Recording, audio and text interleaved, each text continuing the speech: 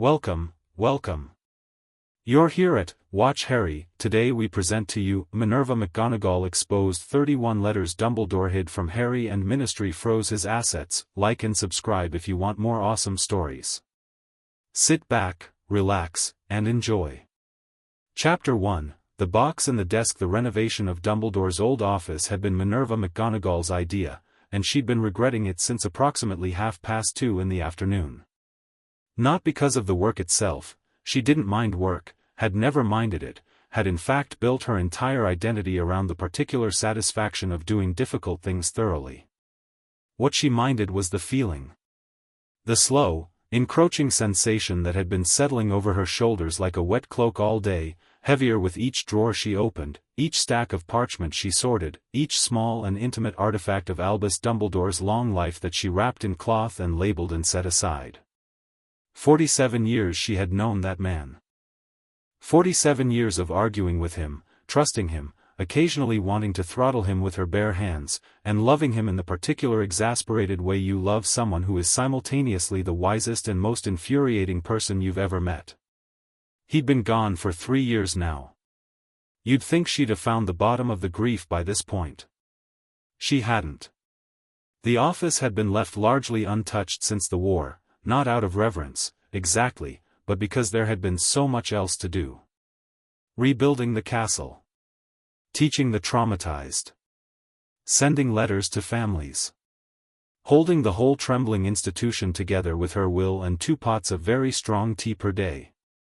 The office had simply waited, door closed, full of Dumbledore's things and Dumbledore's silence, and McGonagall had let it wait because she was not yet ready and because she told herself she was too busy and because those 2 things were the same thing and she knew it. This summer, she'd run out of excuses. The Board of Governors wanted the room repurposed, Hogwarts needed a proper staff meeting chamber, they said, and the headmistress's office was too small and too personal for the administrative purposes of a post-war school restructuring. They were right, which was annoying. And so she'd decided to do it herself rather than assign it to someone else, because this was hers to do, and she was not a woman who flinched from what was hers to do. She'd been at it since 7 in the morning. The portraits had been taken down first, temporarily relocated to a storeroom corridor until the renovations were complete. Dumbledore's portrait had watched her with that particular expression of his, fond, and slightly too knowing, and a little sad, until she'd carried it out herself and refused to meet its eyes. She didn't want his painted wisdom today. She wanted to work. By noon she'd sorted through 3 of the 4 bookshelves, catalogued the magical instruments, 11 of which she suspected were either illegal or should have been, and which she set aside to consult with the unspeakables about later, and worked through the surface contents of the great desk that dominated the center of the room. It was an extraordinary desk. Old walnut, carved with running patterns of ivy and small birds, the kind of furniture that accumulated history rather than just age. She had always associated it with Dumbledore so thoroughly that seeing it stripped of his small habits, the half-eaten lemon drops, the particular blue ink he favored, the stacks of books always slightly too numerous for available surface, made the room feel like a theater set after the play had closed. She worked methodically. The drawers, top to bottom. Correspondence first, personal effects after. Most of it was straightforward, decades of administrative papers, drafts of letters, minutes from governors' meetings, notes in Dumbledore's small cramped handwriting that she had to set aside periodically because his voice in them was too present, too alive, to him. The bottom drawer on the left was stuck. She tried it 3 times, a straightforward pull, then a firmer one, then she crouched down and really yanked, which was undignified and produced no result whatsoever. She sat back on her heels and looked at it. The drawer didn't have a visible lock. It didn't have any magical signature she could immediately detect, no ward, no charm. It simply didn't open. McGonagall had been a transfiguration teacher for 3 decades and a witch for 63 years. She was not defeated by furniture.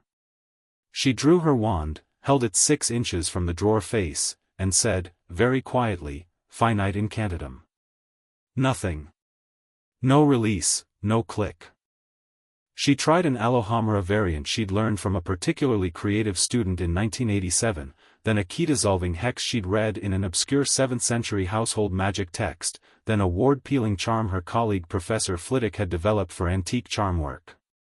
Still nothing. She sat back in Dumbledore's chair and looked at the drawer for a long moment. Then she said, aloud, to the empty room, "Albus, if you have keyed this to your own magical signature and made it permanently inaccessible, I will have your portrait moved to a broom cupboard." The drawer opened. She stared at it. It had responded to her voice, or her name, or possibly to the specific exasperated frequency she only achieved when dealing with Albus Dumbledore's more eccentric choices. She would never know which. She pulled the drawer fully open. Inside was a box. It was plain, which surprised her. Everything in this room had personality, quirk, deliberate aesthetic. This was just a box, smooth dark wood, no carvings, no obvious magical embellishment, roughly the size and shape of a shoebox. It had a small brass clasp.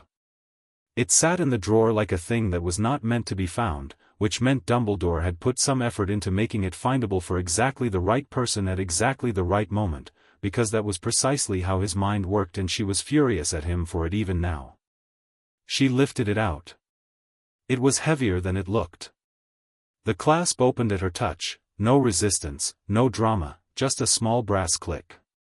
She opened the lid. Letters. Envelopes, dozens of them, packed neatly in 2 rows. Some were ordinary cream parchment.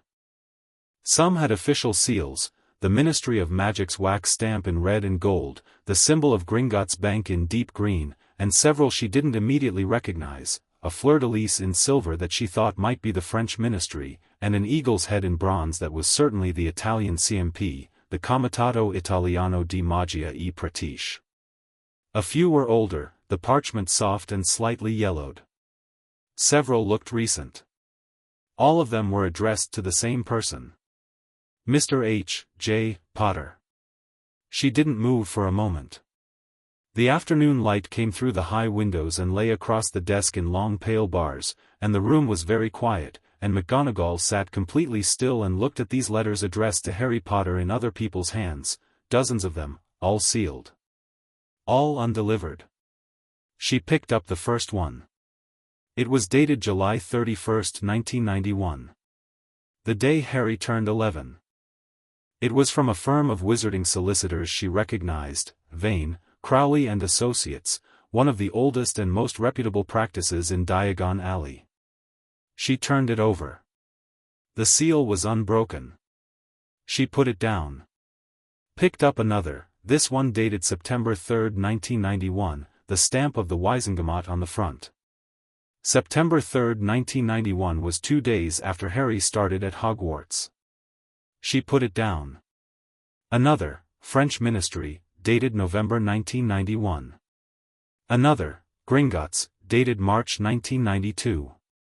Another and another and another, and her hands were very steady because she was making them be steady, because the alternative was that they would shake. She began to count. 31 letters. 31 sealed, undelivered letters addressed to Harry Potter, locked in the bottom drawer of Albus Dumbledore's desk. She sat for a long time and did not think about what she was feeling, because if she began thinking about what she was feeling, she would not be functional, and she needed to be functional. Instead she thought about what she knew.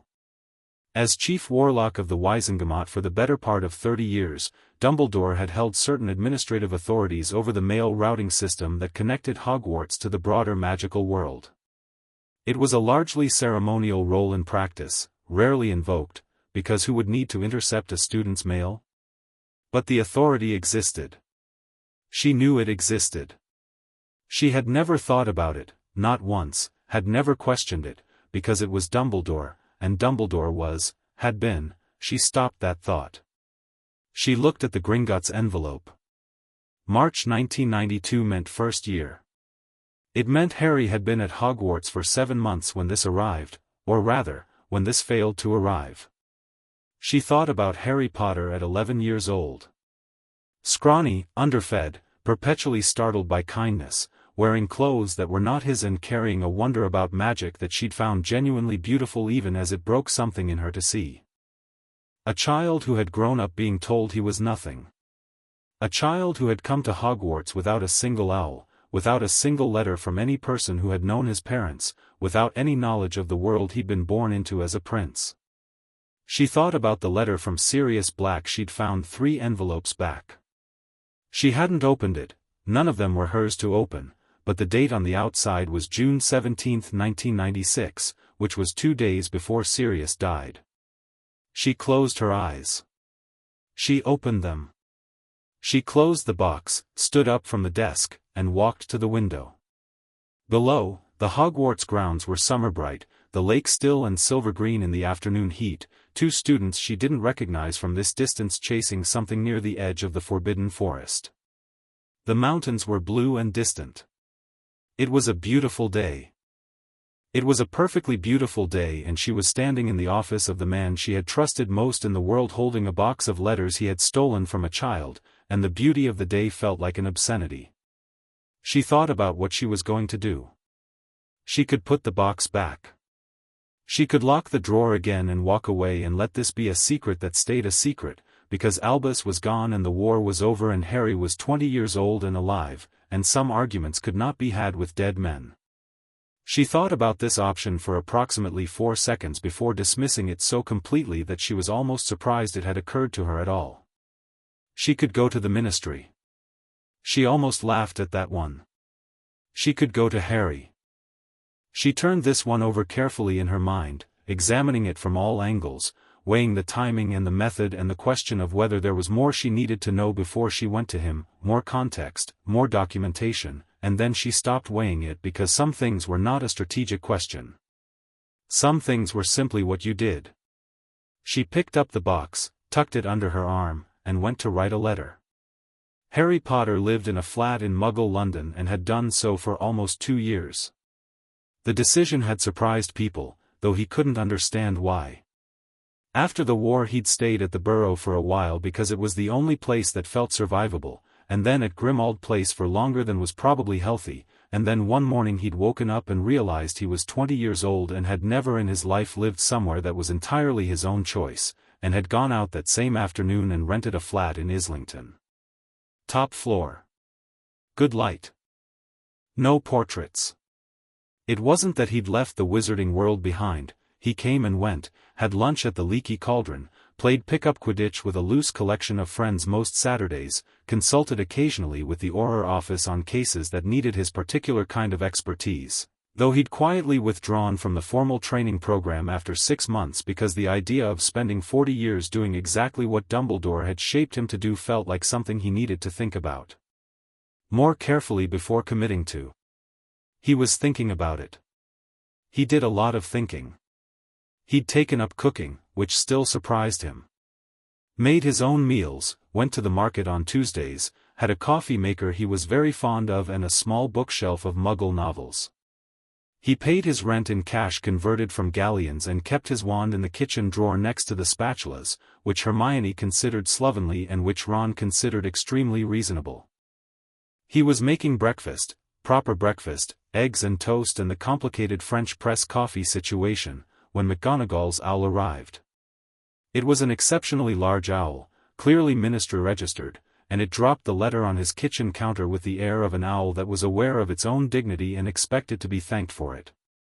Harry gave it a piece of toast, which seemed to satisfy it, and opened the letter. McGonagall's handwriting was exactly as he remembered, precise, clean, slightly aggressive in the way of someone who had once taught students to be clear in their labeling and could not turn it off. The letter was brief. Harry, I need to see you. Today, if possible. Come to Hogwarts. This is important. I would not otherwise ask you to come at short notice and I am aware that you have your own life now, which is as it should be. Come today. Professor McGonagall. He read it twice. Then he turned off the burner, left his eggs, drank his coffee standing up, and went to find proper clothes.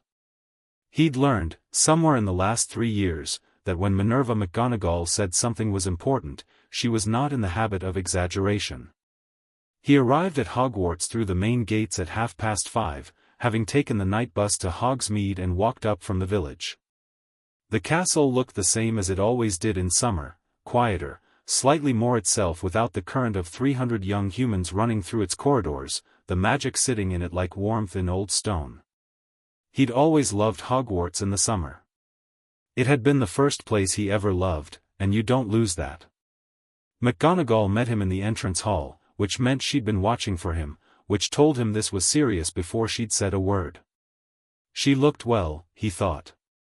She was in teaching robes rather than formal dress, her hair in its habitual tight bun, and she looked like herself, sharp and neat and formidable, the way a hawk is formidable, that particular quality of compressed capability that she'd always had. But there was something in her face that he didn't usually see there. A tightness around the jaw. A very precise kind of controlled expression that, on a less controlled face, might have been called stricken. "Thank you for coming quickly," she said, which was also not like her. She usually dispensed with the social preamble. "Of course," Harry said. "What's happened?" "Come upstairs." He followed her up through the castle, the familiar staircases, the smell of old stone and wood polish and the faint ozone trace of old magic, and into the headmistress's office, which was also Dumbledore's old office, or had been, though it looked different now. There were gaps on the walls where portraits had been, exposed stone showing pale where they'd hung for decades, and the room had the half-dismantled air of a space in the middle of being changed. McGonagall sat behind the desk. Harry sat across from her. The box was on the desk between them. He looked at it. She looked at him. Neither of them said anything for a moment. "I found this today," McGonagall said, "in the bottom drawer of this desk.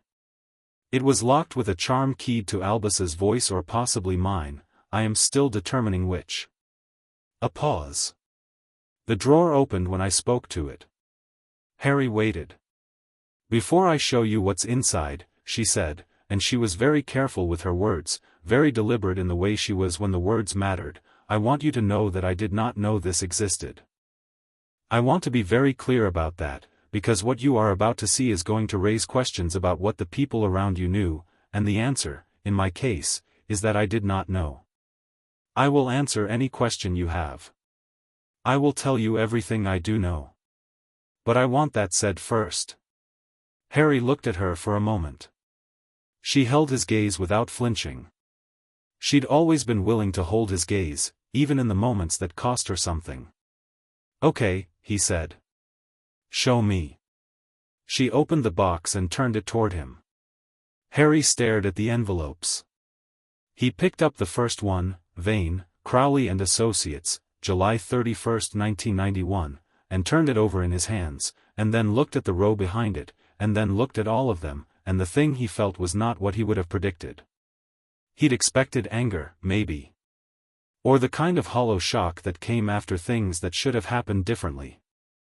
What he actually felt was something colder and calmer and more focused, which was probably something he should examine at some point.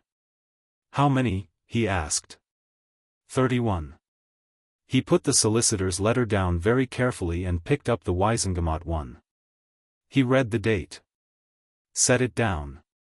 Picked up the French ministry one and looked at the seal, the fleur-de-lis in silver, and felt something shift in him that he couldn't name. "He intercepted them," Harry said. It wasn't a question.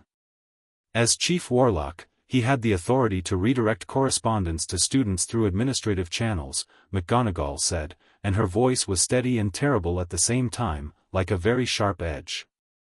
It was meant to be used in cases of harassment, or dangerous correspondence, or materials that warranted review. It was never meant, it was not designed to. She stopped. Started again. "He diverted them from you. I believe he received them, retained them, and placed them in that box. None of them have been opened. The seals are all intact." Harry looked at the Sirius letter. June 17, 1996. He looked at it for a long time. "Sirius wrote to me," he said. "Before he died." "Yes. And Dumbledore had this letter." "Yes. He put it down in the line with the others. He didn't trust himself to hold it right now. He'd read it, he would read all of them, but not yet, not here, not in front of anyone regardless of who they were. "What do the ones from Gringotts say?" he asked. "I haven't opened any of them," McGonagall said. "They're not mine to open. But I recognize the Gringotts seal, it's their accounts and holdings notification stamp. I've received similar correspondence myself in my capacity as a minor account holder. It means they were notifying you of accounts, Harry. Accounts or property holdings. Significant ones, by the frequency of the attempts." She paused. "There are 4 separate Gringotts letters. Over 5 years. They kept trying to reach me," Harry said. "Yes. And he kept stopping them." "Yes." Harry leaned back in his chair. McGonagall watched him, and what he saw in her face was not pity. He would have hated pity, and she knew it, but something rawer than that. Something closer to the way you looked when you'd been complicit in something without knowing it and were now sitting with all the weight of the not knowing. "Tell me what you actually know about the Potter estate," Harry said. "Not what you think. What you know." She was quiet for a moment, ordering her thoughts. "Your father was the last of a very old family. The Potters go back to the 12th century, not as prominent as the Blacks or the Malfoys in terms of political activity, but considerably wealthier than they were publicly known to be, and holders of a hereditary seat on the Wizengamot. A lordship, in the old wizarding sense." She met his eyes. "Lord Potter. It would pass to the last surviving direct male heir at majority, at 17, in wizarding law. I turned 17 in 1997, Harry said. "Yes. During the war." "Yes. And no one told me." "No." He was quiet. The afternoon light was going gold and long through the high windows, and the room was very still. "What about the Blacks? After Sirius?" McGonagall's expression did something complicated. "Sirius named you his heir. You would have known this. There may be a ministry notification in that box, or from the Black family solicitors. The Blacks also hold a Wizengamot seat. Have held it for 6 centuries. She paused. "Harry, if those notifications are what I think they are, you are not simply a private citizen with a vault at Gringotts. You are the holder of 2 ancient and noble house seats on the Wizengamot. You have been, legally, since 1997. You have been voting proxyless for 9 years, which means there are entire categories of legislation that may have passed or failed differently had your votes been cast." Harry said nothing for a moment. "Then, who's been managing the estates? The actual money, the properties? If I wasn't, I don't know," McGonagall said, and the 2 words landed like stones. "I don't know, Harry. That is one of the many things I don't know, and it is one of the reasons that I wrote to you today rather than tomorrow. Because someone has been managing those estates. For 9 years, someone has had access to the Potter and Black holdings, and it was not you, and it should have been you, and I." She stopped. She pressed her lips together, and Harry watched her do it, watched her hold herself very still, and understood that this was a woman who was absolutely furious and absolutely disciplined about where she put it. "I am sorry," she said. "I know those are insufficient words. I know I cannot make that mean what it needs to mean. But I am telling you the truth, I did not know, and I am sorry." "I know you didn't know," Harry said. "I could tell when you walked into the entrance hall. You looked like you'd had something pulled out from under you." He paused. "I also know you could have put that box back in the drawer." She looked at him sharply. "You're telling me," Harry said, "because you chose to tell me. That matters." Something shifted in her face, not quite gratitude, something quieter than that, but real. She nodded once, precisely, the way she did when an argument was settled. "What do you want to do?" she asked. "I want to read the letters," Harry said. "Not today, I need," he paused, found the right shape for it. I need to be somewhere quiet when I read them. Some of them. The ones from Sirius. He looked at the box again. But before I read them, I want to understand what I'm dealing with. I want to know the full scope. Which means Gringotts. Yes, McGonagall said. I'd thought the same. Vane, Crowley and Associates, Harry said, reaching into the box and picking up the solicitor's letter again. This is the oldest one. First letter they tried to send me. He turned it over. They're still operating? One of the oldest wizarding law firms in Britain. Yes, they're still operating.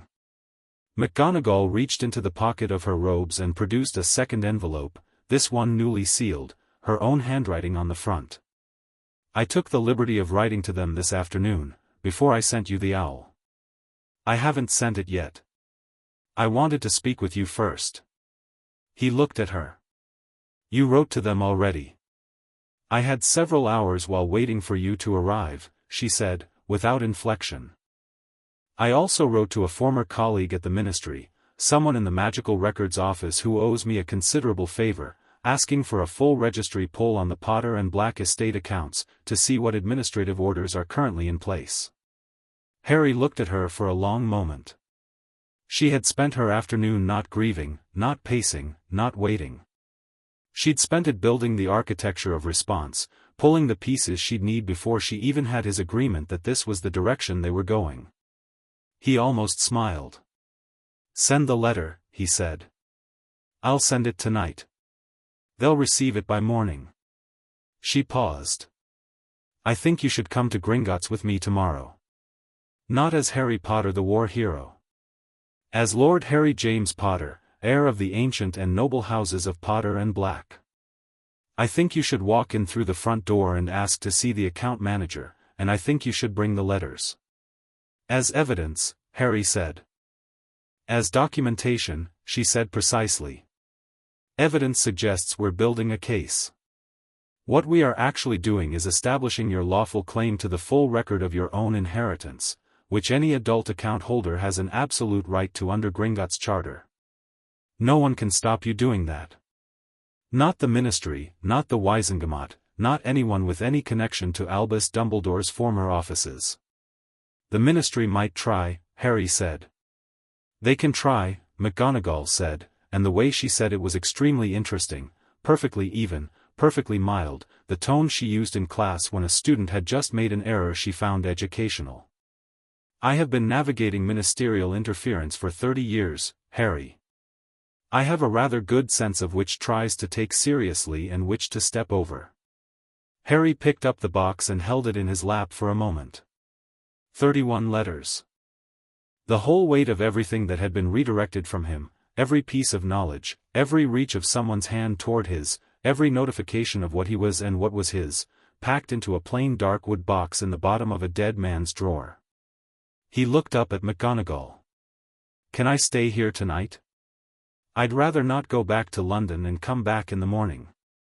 I'll have a guest room prepared, she said immediately. You can have the one off the third-floor corridor, it has a better view and a working fireplace. Dinner is at 7. The house elves still do a full kitchen even in summer. Thank you, he said. She stood, which he recognized as the signal that the formal part of the conversation was over. He stood too, and she walked around the desk, and they were briefly standing quite close together in the space between the desk and the window. She looked at him, this woman who had been the first adult at Hogwarts to look at him like she saw him, the first teacher who had treated him like he was capable of something, who had held points over his head and told him in so many ways over so many years that she expected something of him, and he could see, very clearly, the complicated thing she was feeling. For what it's worth, she said quietly, I always thought the Dursleys were a terrible idea. Harry stared at her. Then, despite everything, he laughed, a real one, surprised out of him. Did you tell him that? I told him on the night he left you there, McGonagall said, and there was something old and worn in the words. The worst family I have ever encountered, I said. I watched them for a whole day.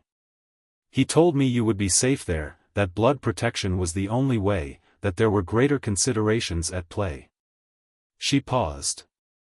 He was very convincing. He always was, Harry said. Yes. She picked up the box from where he'd set it on the desk and handed it to him. Read them when you're ready. Not before. There is no hurry tonight. Whatever is in those letters has waited 9 years. It can wait one more night.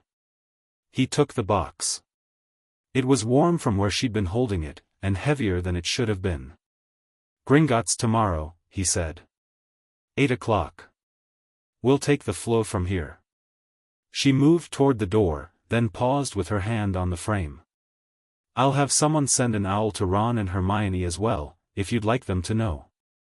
Harry thought about it for half a second. Yes. Tell them to come. I'll tell them it's important, McGonagall said, with a very slight emphasis that communicated clearly that when she said important she did not mean inconvenient or interesting or worth consideration, she meant the kind of important that reorganized what had come before it. She was out the door before Harry could answer.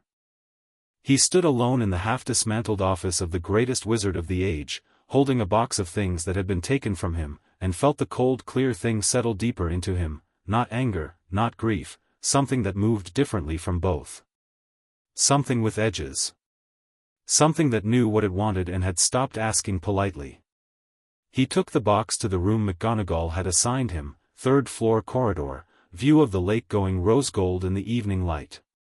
He set the box on the bedside table and stood at the window and looked out at the water. He didn't open the box. Not yet. He thought about a boy who'd come to this castle knowing nothing, nothing about his parents, nothing about magic, nothing about what his name meant or what he'd survived or what kind of world he'd been born into. He thought about all the years he'd spent feeling like he was always a step behind the shape of his own life, always arriving late to information everyone else seemed to already have. He'd always assumed it was just his background, muggle-raised, underprepared, catching up. He'd never imagined that the gap between him and the knowledge of his own life had been deliberately maintained by someone who claimed to love him. He thought about Dumbledore.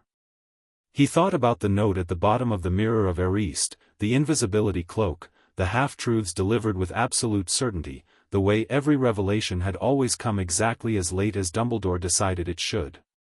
He thought about being 17 and walking into the forest to die, knowing just enough to do it, shaped precisely toward that purpose, every piece of information delivered in exactly the measure that produced exactly that result. He had forgiven it. He'd stood at the edge of that understanding and chosen not to be destroyed by it because you couldn't survive being destroyed by the people who loved you imperfectly, you had to take what was real in their love and let the rest of it be what it was. But forgiveness was not the same as acceptance. He looked at the box. Tomorrow, then. He went to dinner, ate a very good roast that the house elves had clearly made with summer abundance in mind, sat across the table from McGonagall in the echoing great hall that felt enormous without students, and they talked about almost nothing, the renovation plans, the upcoming Board of Governors visit, a minor Quidditch rule change the International Confederation was considering, and neither of them mentioned the box, and neither of them needed to. It was, Harry thought, the most comfortable silence he'd had with anyone in a long time. At 9 o'clock he went back to the third-floor room. He sat on the bed in his jeans and a t-shirt he'd transfigured from a school towel because he hadn't exactly planned to stay overnight, and he looked at the box for a while. He didn't open it. He would open it properly, when he had time and privacy and all the context he was going to need. There was one thing, though. He opened the box. He looked at the letters until he found the ones from Gringotts and the ones from the Wizengamot, and he arranged them in date order. Then he looked at them, the seals, the dates, the official stamps, and just mapped it. Just built the timeline in his mind. First contact, July 1991. Last Gringotts letter, 1996. Wizengamot notification 3 times, 1997, twice in 1997, and once in 1998, which would have been during the war. They'd tried to reach him during the war. While he was hunting Horcruxes in a tent, eating whatever they could find, watching his friends suffer, while all of that was happening, the Wizengamot had been sending letters to a boy they couldn't reach, letters informing him of rights and powers and standing he had no idea he possessed. He closed the box. He slept, and did not dream, and was up before 6. He was dressed and sitting at the window with a cup of tea that one of the house elves had brought unprompted. They'd always been attentive at Hogwarts, more so when you were an early riser, when he heard the fireplace in the hall below flare green, and voices, and footsteps on the stairs, and then a knock at his door. He opened it. Hermione was there, slightly out of breath, hair not quite under control, already holding what appeared to be a notebook. Behind her, Ron, in jeans and a jacket, a piece of toast still in his hand. McGonagall's owl said important, Ron said, by way of greeting. Yeah, Harry said. Hermione looked at him very carefully. She had always been able to read him in ways that he hadn't always appreciated but had come to depend on. She looked at his face, and then at the box on the bedside table, and then back at his face. How bad? She asked quietly. Harry considered the question. It's not bad, he said, and meant it. He was surprised to mean it, but there it was. It changes things. But it changes them in a direction I think I can work with. Ron looked between them, and then at the box. Is that it? Is that what she found? Yeah. How many? 31. Ron said something fairly colorful that Harry agreed with in spirit, and Hermione sat down on the edge of the bed and looked at the box with the expression she got when a problem had just revealed itself to be larger and more complex than previously understood, not overwhelmed, exactly, more like a door had opened onto a bigger room and she was already measuring it. Right, she said. What do we do first? Gringotts, Harry said. 8 o'clock. McGonagall's coming. I want to look at the letters, Hermione said immediately. Tonight, Harry said. After we know what we're dealing with. I want the full picture before we start dissecting. She looked at him, and he could see her calibrating. He was not upset. He was not breaking. He was organized and clear-eyed and something in him was sitting very straight, and she read all of that, and nodded. Okay. Gringotts first. You look different, Ron said, from the doorway. He was frowning slightly, the frown he used when he was thinking more carefully than he usually let on. You look like you did before the final battle. When you knew what you had to do. Harry looked at him. Yeah, Harry said. I suppose I do. Down in the great hall below, he could hear McGonagall's quick precise footsteps, and the fireplace flaring again as she flung the flue powder, and her voice carrying up through the castle's old stones as she spoke to someone on the other end, firm, clipped, purposeful. Harry picked up the box. He was ready. Chapter 2, What the Goblins Know. Gringotts at 8 in the morning was a different creature from Gringotts at midday. The tourists weren't there yet.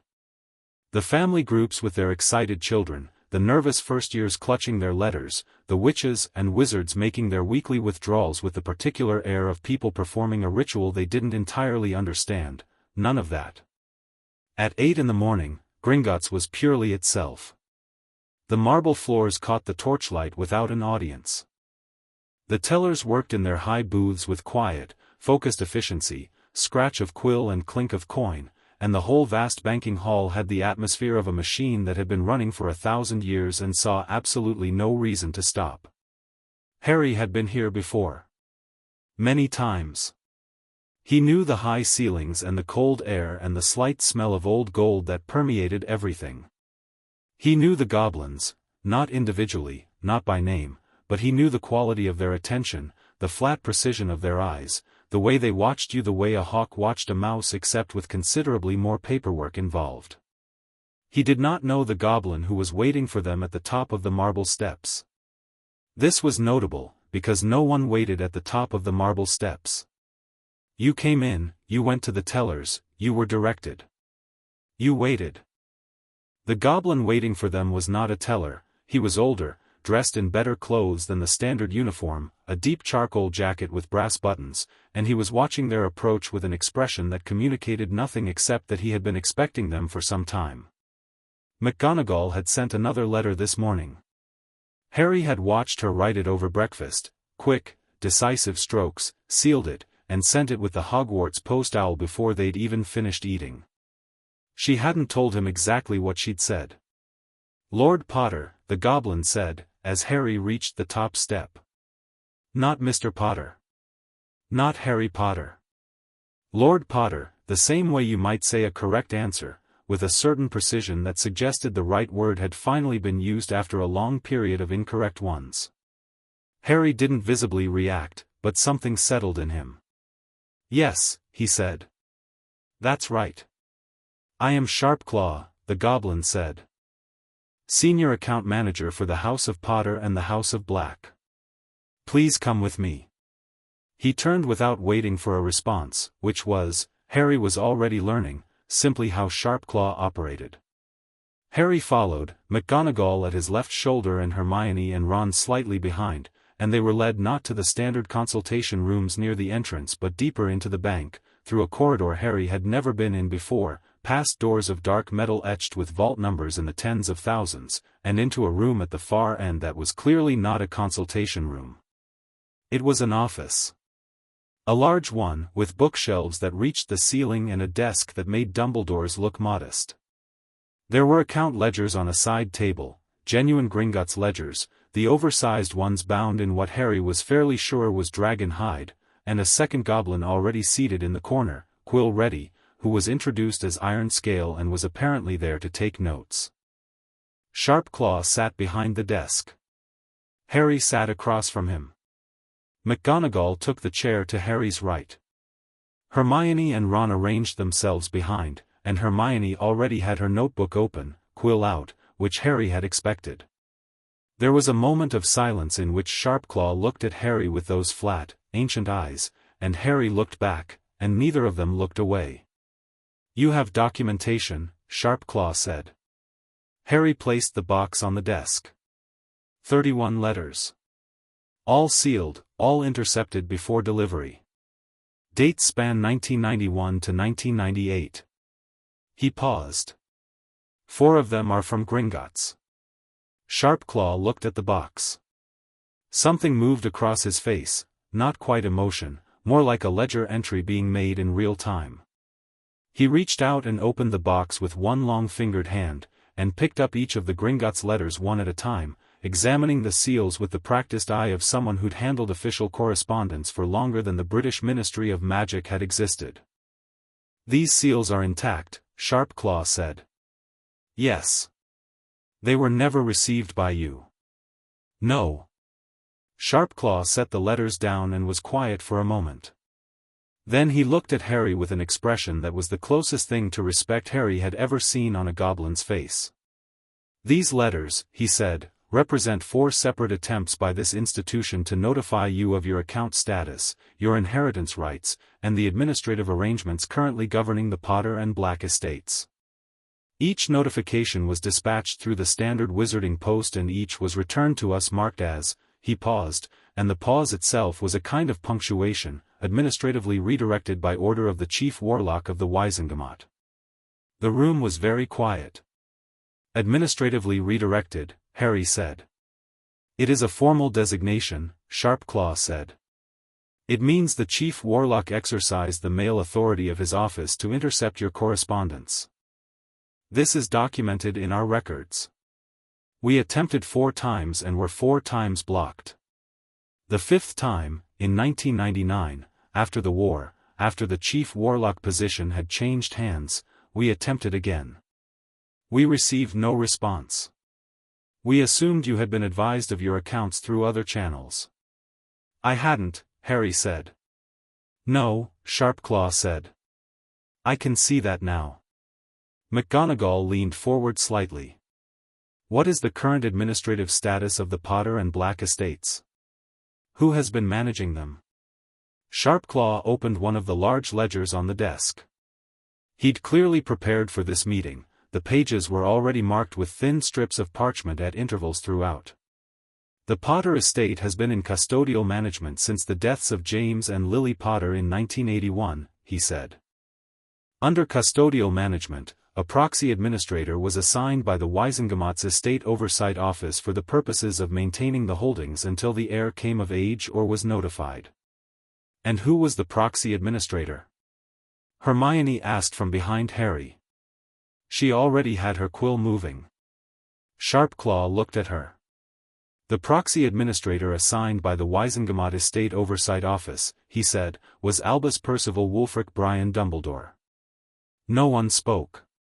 Ron said, very quietly, of course it was. He assigned himself. Harry said.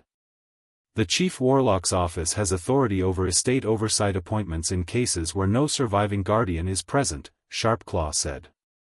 At the time, Sirius Black had been imprisoned, and no other guardian had been formally designated. The appointment was technically within the scope of his authority.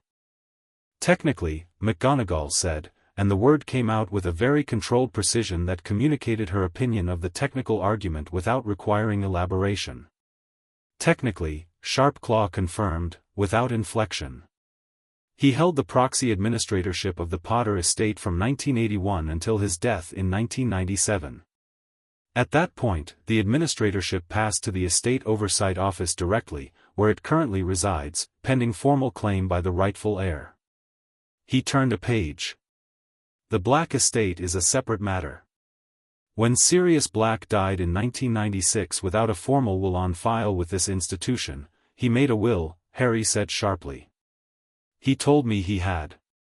A will was filed with the Ministry of Magic, Sharpclaw said. It was never submitted to Gringotts.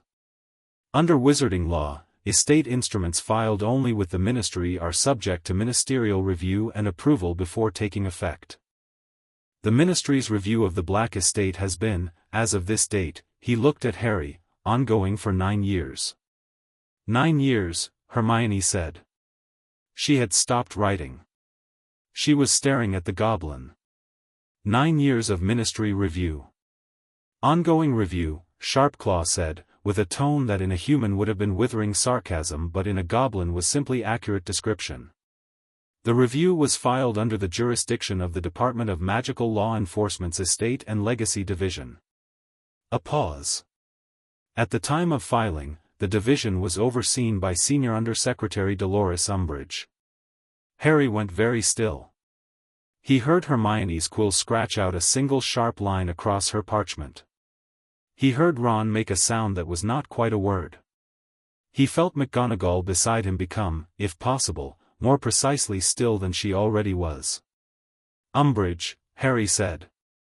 Senior Undersecretary Umbridge filed the ongoing review designation herself, Sharpclaw said, in September of 1996, 3 months after the death of Sirius Black. The ongoing review status has the legal effect of preventing any disbursement, transfer, or formal claim against the Black estate until the review is completed. He looked at Harry.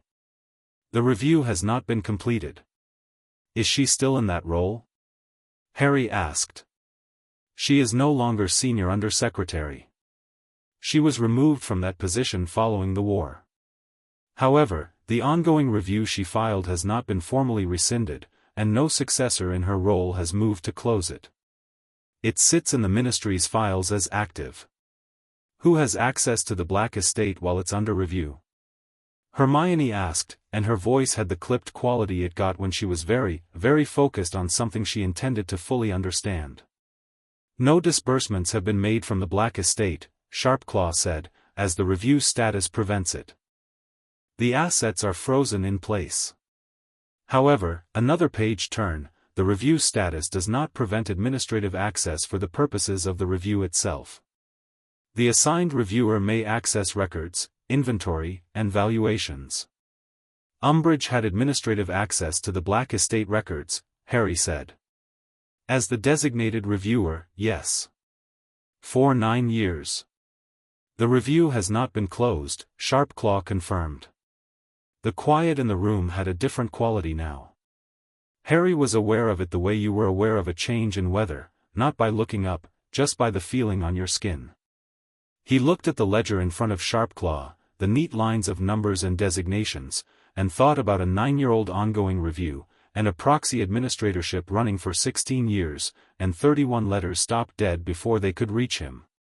"What's actually in the estates?" he asked. "Just tell me." Sharpclaw turned to a marked page toward the back of the ledger. He was quiet for a moment, and in the pause Harry had the impression he was deciding how to present a number that was going to require presentation. "The Potter estate," Sharpclaw said, "consists of the following.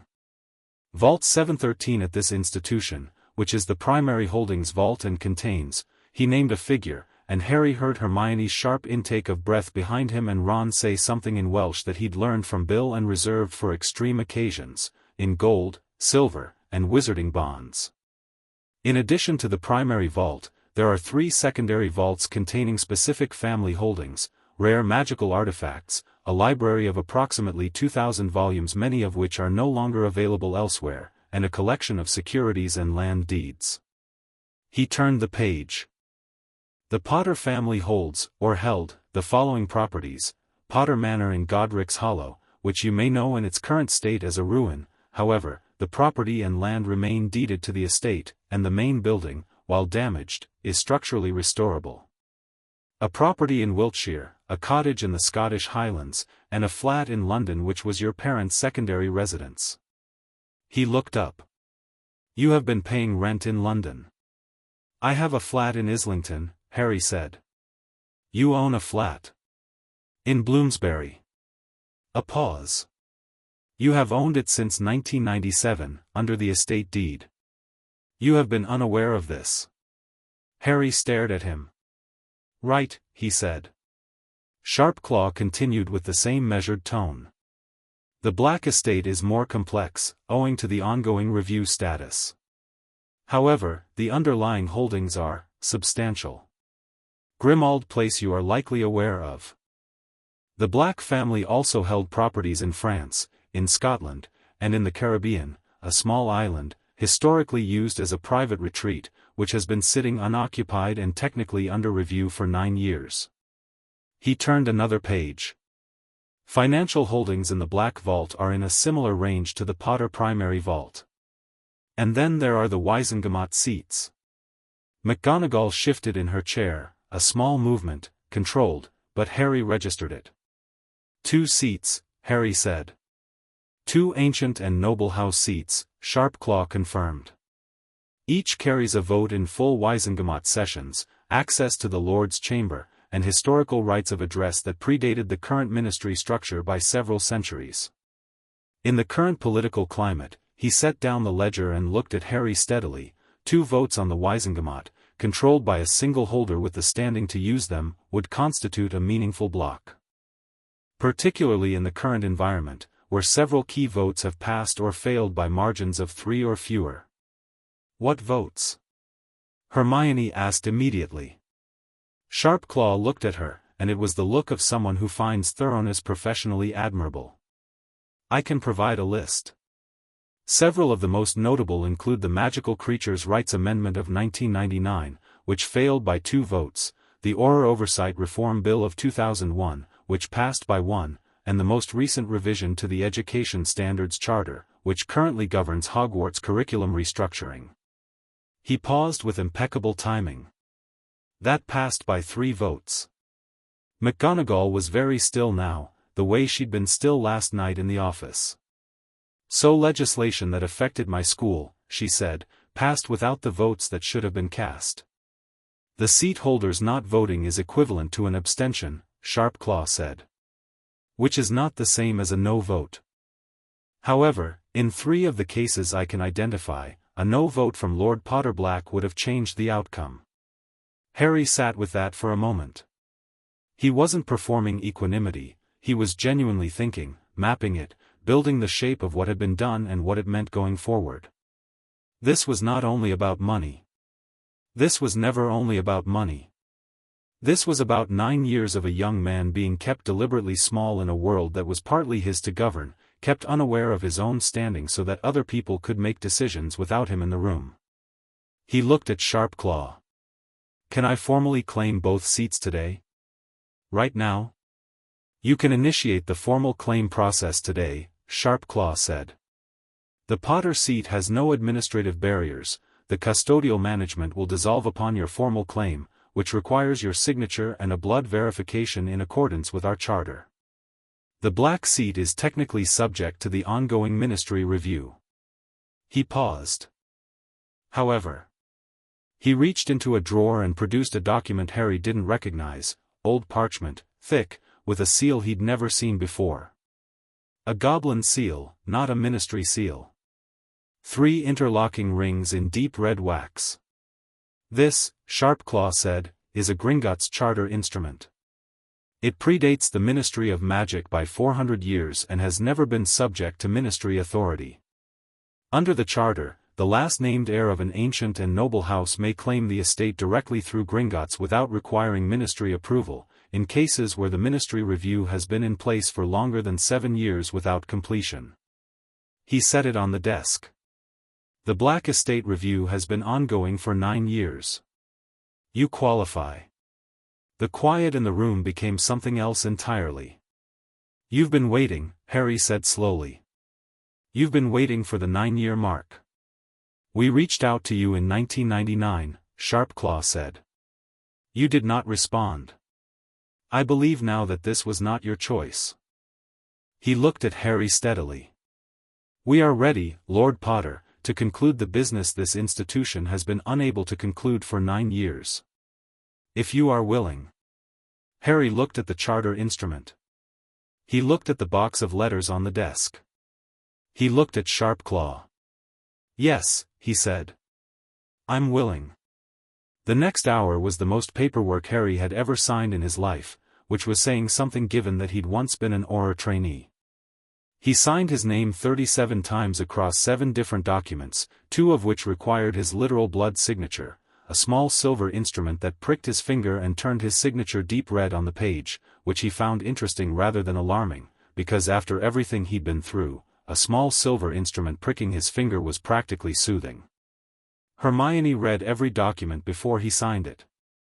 Harry had expected this and sat patiently through each reading, because he trusted her judgment and because the one time he tried to speed her up she'd looked at him in a way that he hadn't forgotten. Ron, for his part, had asked Sharpclaw a series of questions about the vault security systems that Sharpclaw answered with what appeared to be genuine professional enthusiasm, the 2 of them conducting a separate quiet conversation about goblin metalwork while Hermione read and Harry signed.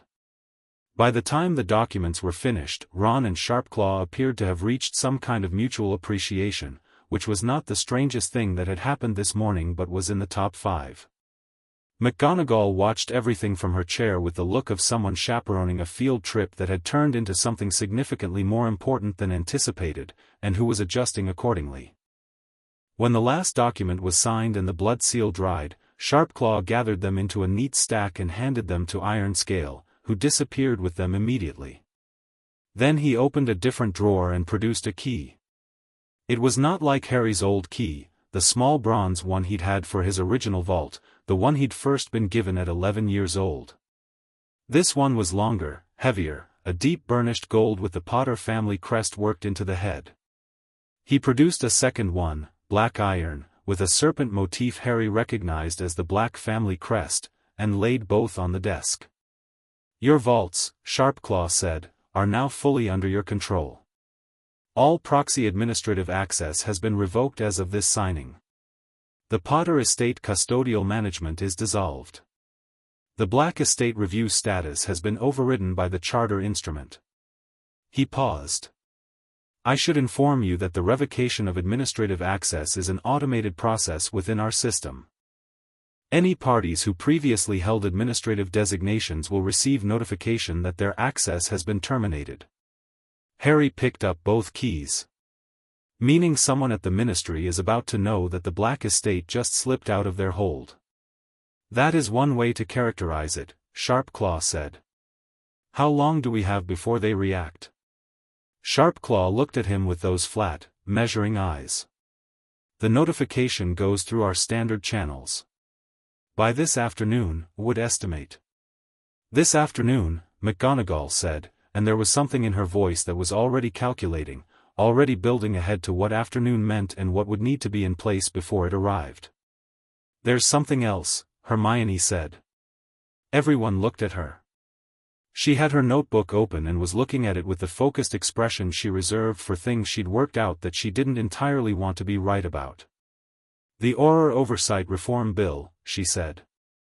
"The one that passed by one vote in 2001. Harry, that's the bill that gave the Department of Magical Law Enforcement authority to conduct unsupervised searches of wizarding residences in cases of suspected dark artifact possession." She looked up.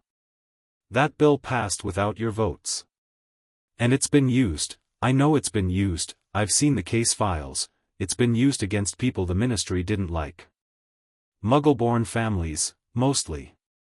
And half-bloods with foreign connections." She paused. "If your votes had been cast, it wouldn't have passed." The room was very quiet again. "So it's not just about money," Ron said. He'd stopped talking to Sharpclaw. "It was never just about money," Harry said. "The systematic nature of the withholding," Hermione said, and she was using her precise research voice, the one that meant she'd connected something and wasn't sure how bad it was yet but was fairly sure it was bad, combined with the legislative impact of the absent votes. "Harry, this isn't just Dumbledore making choices about your guardianship, or even Umbridge holding the estate review. This is a pattern.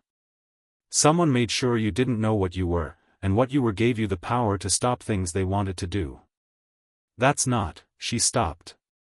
Found the right word. "That's not oversight. That's structural." "Yes," Harry said simply. She looked at him for a moment.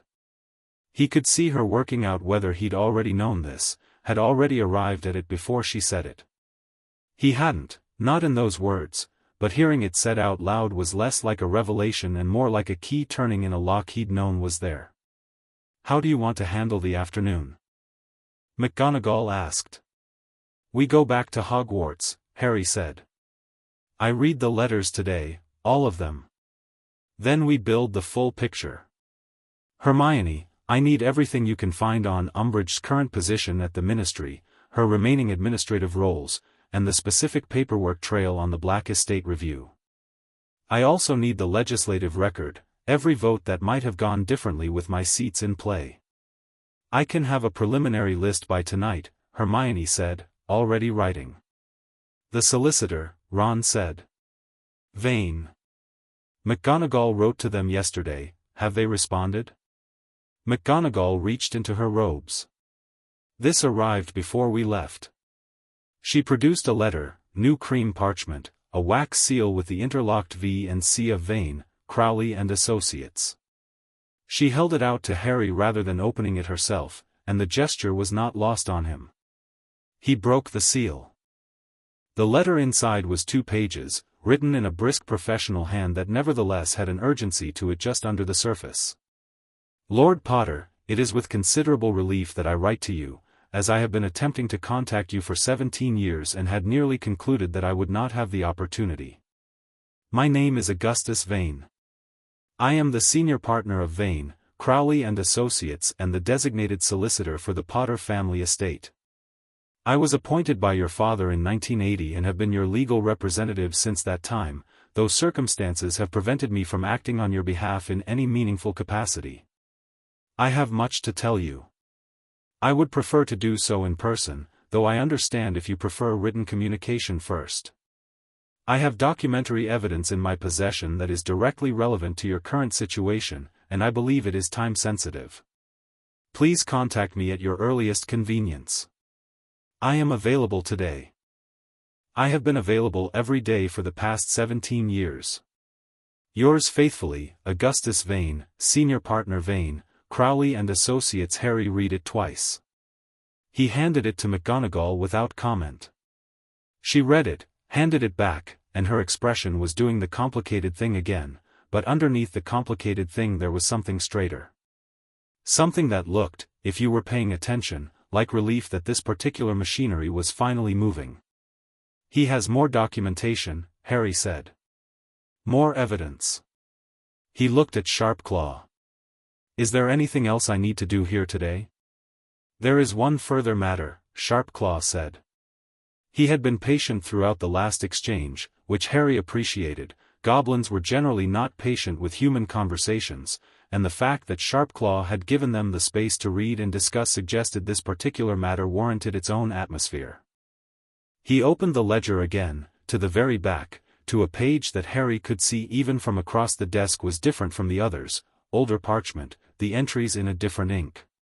When the proxy administratorship of the Potter estate was assigned to Albus Dumbledore in 1981, Sharpclaw said, it came with a standard custodial allowance, a sum drawn quarterly from the estate for the purposes of maintaining the heir's welfare and education. He looked at Harry carefully. The allowance was drawn regularly. Every quarter, without fail, from 1981 until 1997. Harry felt the cold clear thing in him sharpen into something very specific. Where did it go? He asked. The allowance was drawn by the proxy administrator, Sharpclaw said, and the designated use, as logged in the quarterly withdrawal records, was consistently noted as, he turned the page, maintenance of heir's welfare through designated guardian arrangement. The Dursleys, Ron said, from behind Harry. That would be consistent with the designation, Sharpclaw said. We have no record of where the funds were ultimately directed after withdrawal. That is a matter for the proxy administrator's personal records. He paused. I should note that the Dursley family are Muggles, and as such would not have had access to a Gringotts account. The funds, if directed to them, would have required conversion to Muggle currency. But you have no record of that, Hermione said. We have no record of that, Sharpclaw confirmed. The implication settled over the room like smoke. So money was withdrawn for my welfare, Harry said, his voice very even, every quarter for 16 years, and there is no record of it ever reaching the Dursleys. That is a reasonable characterization of the documentary gap, Sharpclaw said. Harry thought about the Dursleys. About Dudley's old clothes. About the cupboard under the stairs. About being told repeatedly, in 100 ways both direct and sideways, that he was a burden, that he cost too much, that he was lucky they took him in at all. He thought about that and about quarterly allowances drawn from his own estate and directed, where? Into Dumbledore's operational funds? Into the Order? Into something else entirely? He put it aside. He'd deal with that piece later, when he had Vane's documentation. Thank you, Harry said to Sharpclaw. He meant it directly and specifically, not as a pleasantry. Thank you for keeping those records. For trying 4 times to reach me. For the charter instrument. Sharpclaw looked at him for a moment. The Potter and Black families have been clients of this institution for 6 centuries, he said. We prefer to conduct our business correctly. He paused, and something moved in his eyes that was not quite warmth but was adjacent to it, in the way a forge was adjacent to warmth, functional and ancient and very hot. We are pleased to be conducting it correctly now.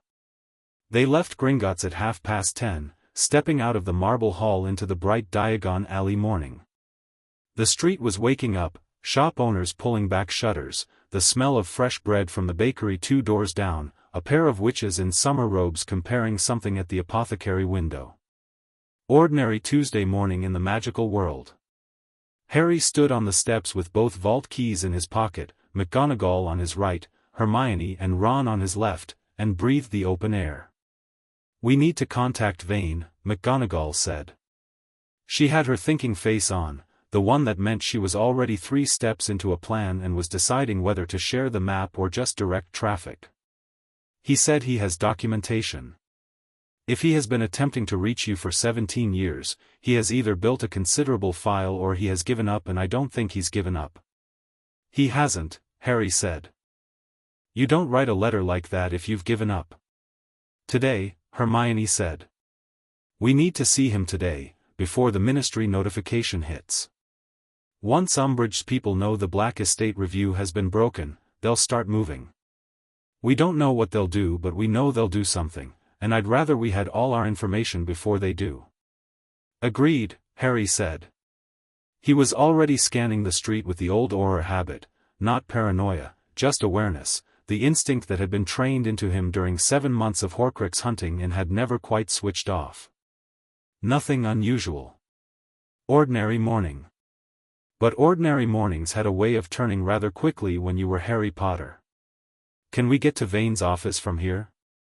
It's in Horizon Alley, McGonagall said. Off Diagon Alley, to the north. About 10 minutes walk. Then let's walk, Harry said. Ron fell into step beside him as they moved down the steps. He was quiet for a moment, which with Ron usually meant he was working up to something. Harry waited. That quarterly allowance thing, Ron said, keeping his voice down. Drawn for 16 years. Yeah, Harry said. I'm not going to say it out loud because Hermione will want to turn it into a research question and we don't have time right now, Ron said, but you know what I think. I know what you think, Harry said. I just want to make sure you've thought it too, because sometimes when something is really bad you don't look directly at it. I'm looking directly at it. Ron was quiet for another moment. Then, good. Just, good. He paused. Also, you own a flat in Bloomsbury. That's a much better flat than yours in Islington. Bloomsbury has those garden squares. Harry looked at him. I'm just saying, Ron said mildly. The law offices of Vane, Crowley and Associates occupied the top 2 floors of a narrow building in Horizon Alley that looked like it had been standing since before the Ministry existed, which was probably true. The sign above the door was brass, simple, the lettering worn in the way of things that had been there long enough to become part of the building. A bell chimed when McGonagall pushed the door open, and a receptionist at a small desk looked up and said, "Can I help?" and then saw Harry and stopped. "Harry Potter," she said, and the way she said it was not the celebrity way, not the way of someone who had a poster, but the way of someone who had been expecting a specific person for a very long time and had not been entirely sure they would ever arrive. "I'd like to see Mr. Vane," Harry said. "Yes," she said, already standing. "Yes, of course." He said, "Please come up." Augustus Vane was nothing like Harry had imagined. Somehow he'd expected old, very old, stooped, perhaps a little dusty, the sort of solicitor who existed in Victorian novels. Instead, the man who met them at the top of the stairs was perhaps 60, lean and upright, with sharp dark eyes behind wire-rimmed glasses and the manner of someone who was used to being in rooms where things happened and was comfortable with it. He wore good robes, pressed and precise, and he was holding out his hand before Harry had fully reached the top step. "Lord Potter," he said, gripping Harry's hand firmly. "I am deeply glad to see you." "Mr. Vane," Harry said. "I'm sorry it took this long." "You couldn't have come sooner," Vane said, and he meant it practically, not as reassurance. "Come in." His office was large and serious, the walls lined with organized files rather than decorative bookshelves, the desk covered in working papers rather than ornament. It was an office that did things. He had clearly reorganized it recently. There was a long conference table along one wall, chairs set around it, and at the center of the table was a stack of files that Harry estimated at roughly 8 inches high. "I've been assembling this since your owl arrived last night," Vane said, following Harry's gaze. "I've had most of it prepared for years, honestly. I just needed to know you were ready to hear it." "I'm ready," Harry said. They sat around the conference table, Harry at the head, Vane across from him, McGonagall and Hermione and Ron filling the other chairs. Vane opened the top file and Harry looked at his own name on the folder tab, and had the strange, vertiginous sensation of watching his own history be handled by someone else. "Your father engaged this firm in 1980, Vane began, when your parents went into hiding. He made 3 specific legal provisions at that time. The first was the estate management structure. Essentially, he left instructions for how the estate should be run if anything happened to both him and your mother, with the assumption that you would be the beneficiary at majority. The second provision was a guardianship letter, a formal document naming 5 individuals, in order of preference, as your designated guardian if both your parents died." Harry went still. 5 people, he said. Yes. In order, Sirius Black, Frank and Alice Longbottom jointly, Remus Lupin, Marlene McKinnon, and a couple named Dorcas and Elias Meadows. Vane turned a page. Of these 5, Sirius was imprisoned, wrongfully, as we now know. The Longbottoms were incapacitated within a year of your parents' deaths, Marlene McKinnon and the Meadows couple were killed during the war, and Remus Lupin was alive, Harry said quietly. Remus was alive for years after my parents died. Yes, Vane said. He had the careful quality of someone delivering information they know is going to land heavily. Remus Lupin was the 4th named guardian in your father's letter. He was never contacted. Hermione made a small sound that she immediately controlled. Ron's jaw was tight. McGonagall was perfectly still, the perfectly still that Harry was starting to read as her version of visible pain. Who makes the determination of who gets contacted? Harry asked. When the parents are gone, who decides which guardian to approach? Normally it's the solicitor, Vane said. Which is why, when the guardianship letter was filed with the Ministry in 1981 as part of the estate documentation, I expected to be involved in the process. I was not. He paused. The Ministry records show that the guardianship question was handled directly by the Wisengamot's Estate Oversight Office. By the Chief Warlock's office. He looked at Harry. I was never consulted. The letter your father wrote was filed and apparently ignored.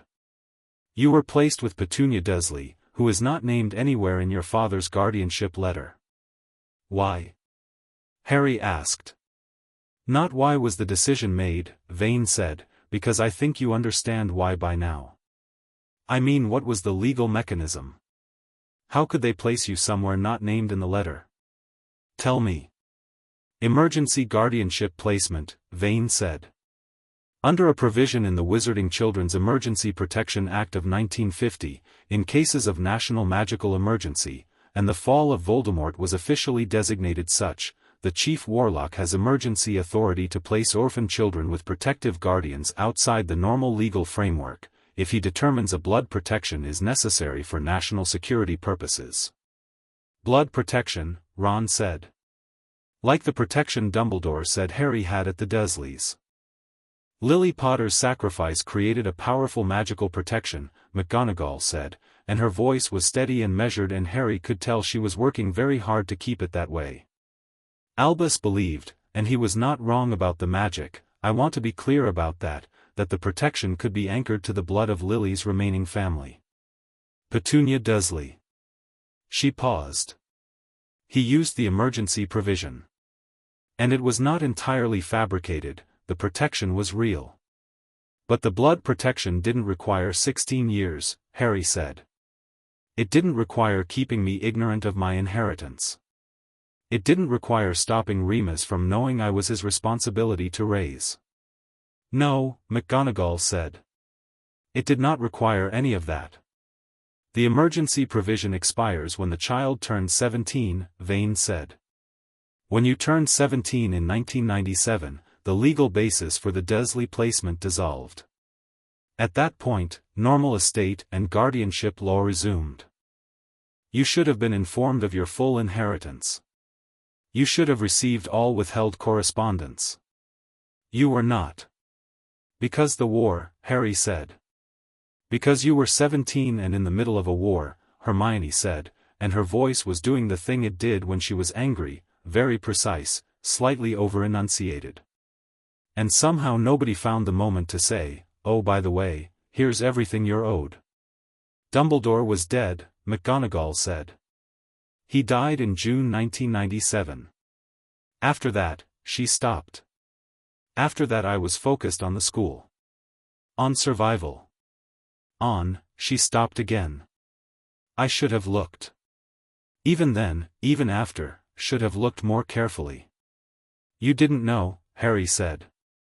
I should have looked, she said again, and it was not self-pity and not performance, it was just a fact she was putting on record, between herself and the room. Harry looked at Vane.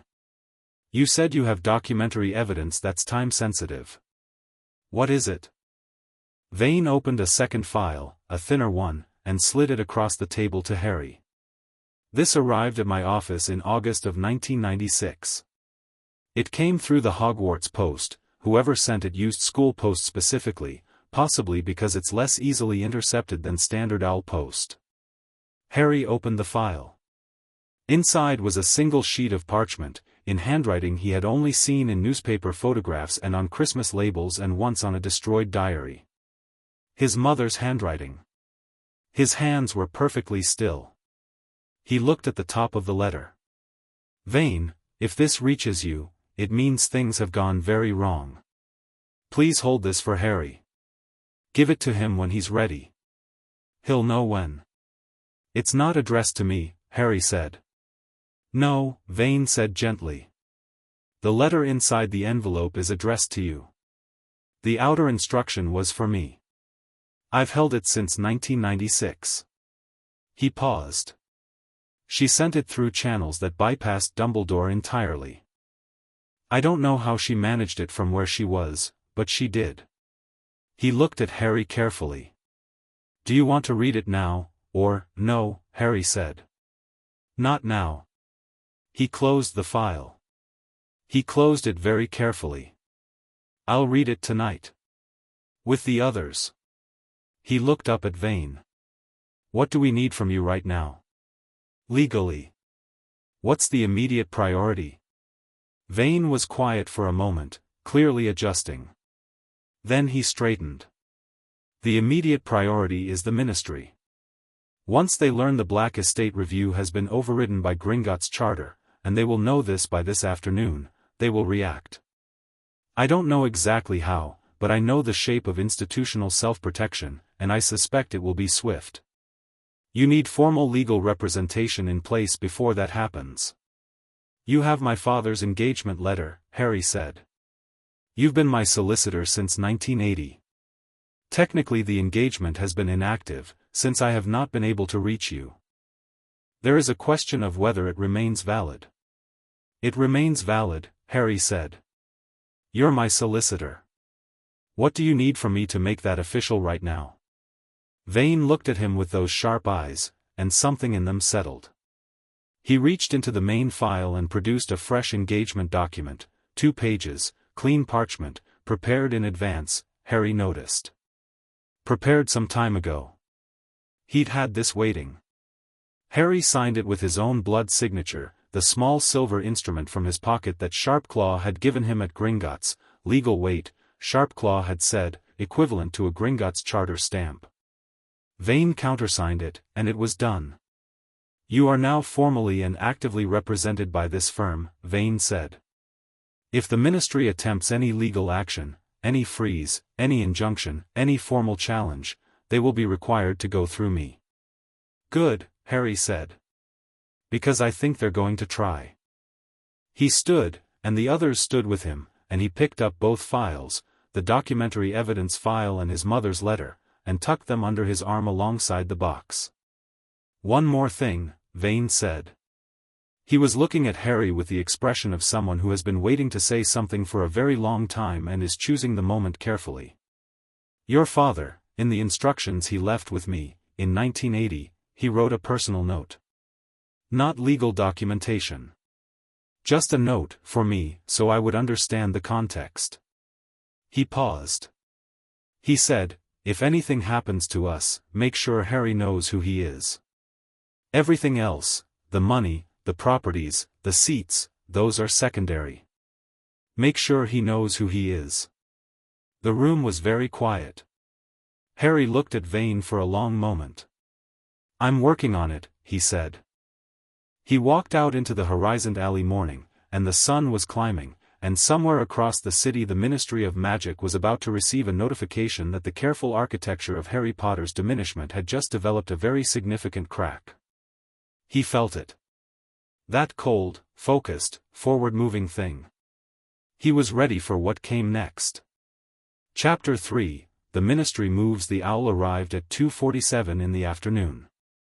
Harry knew this because he was sitting at the desk in his third-floor Hogwarts room with the box open in front of him, not reading the letters yet, just looking at them, learning their order, building himself up to it, when the owl hit the window with the particular urgency of official post. Not Hogwarts post, not a friendly owl.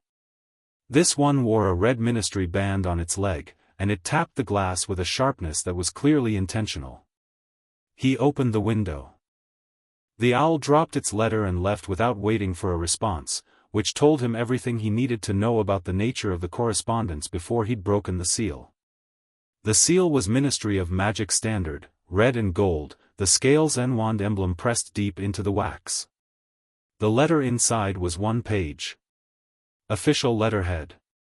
Signed by someone he didn't recognize in the Department of Magical Finance and Asset Regulation, a name he'd never heard, Cornelius Hartwick, Deputy Director.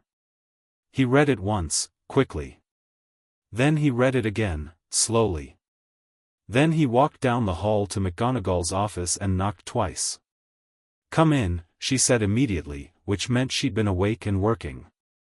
She was behind her desk with 3 separate documents spread before her, quill in hand, reading glasses he'd never seen her wear before perched near the end of her nose.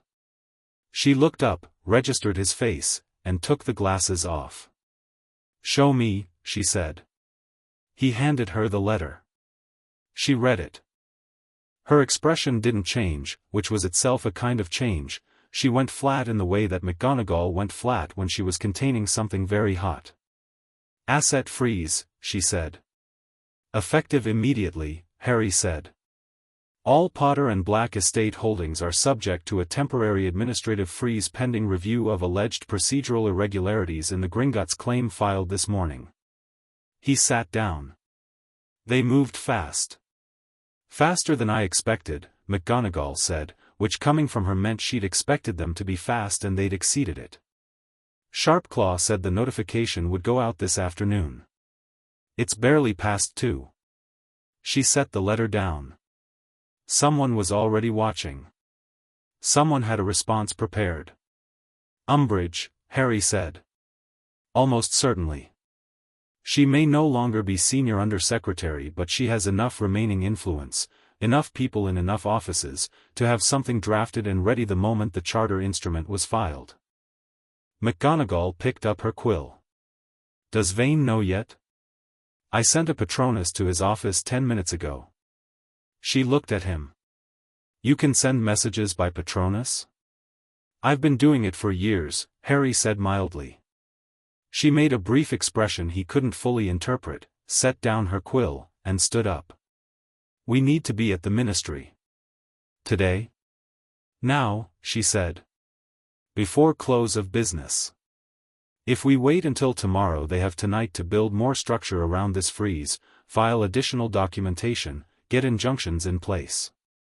Every hour we give them is an hour they use against us."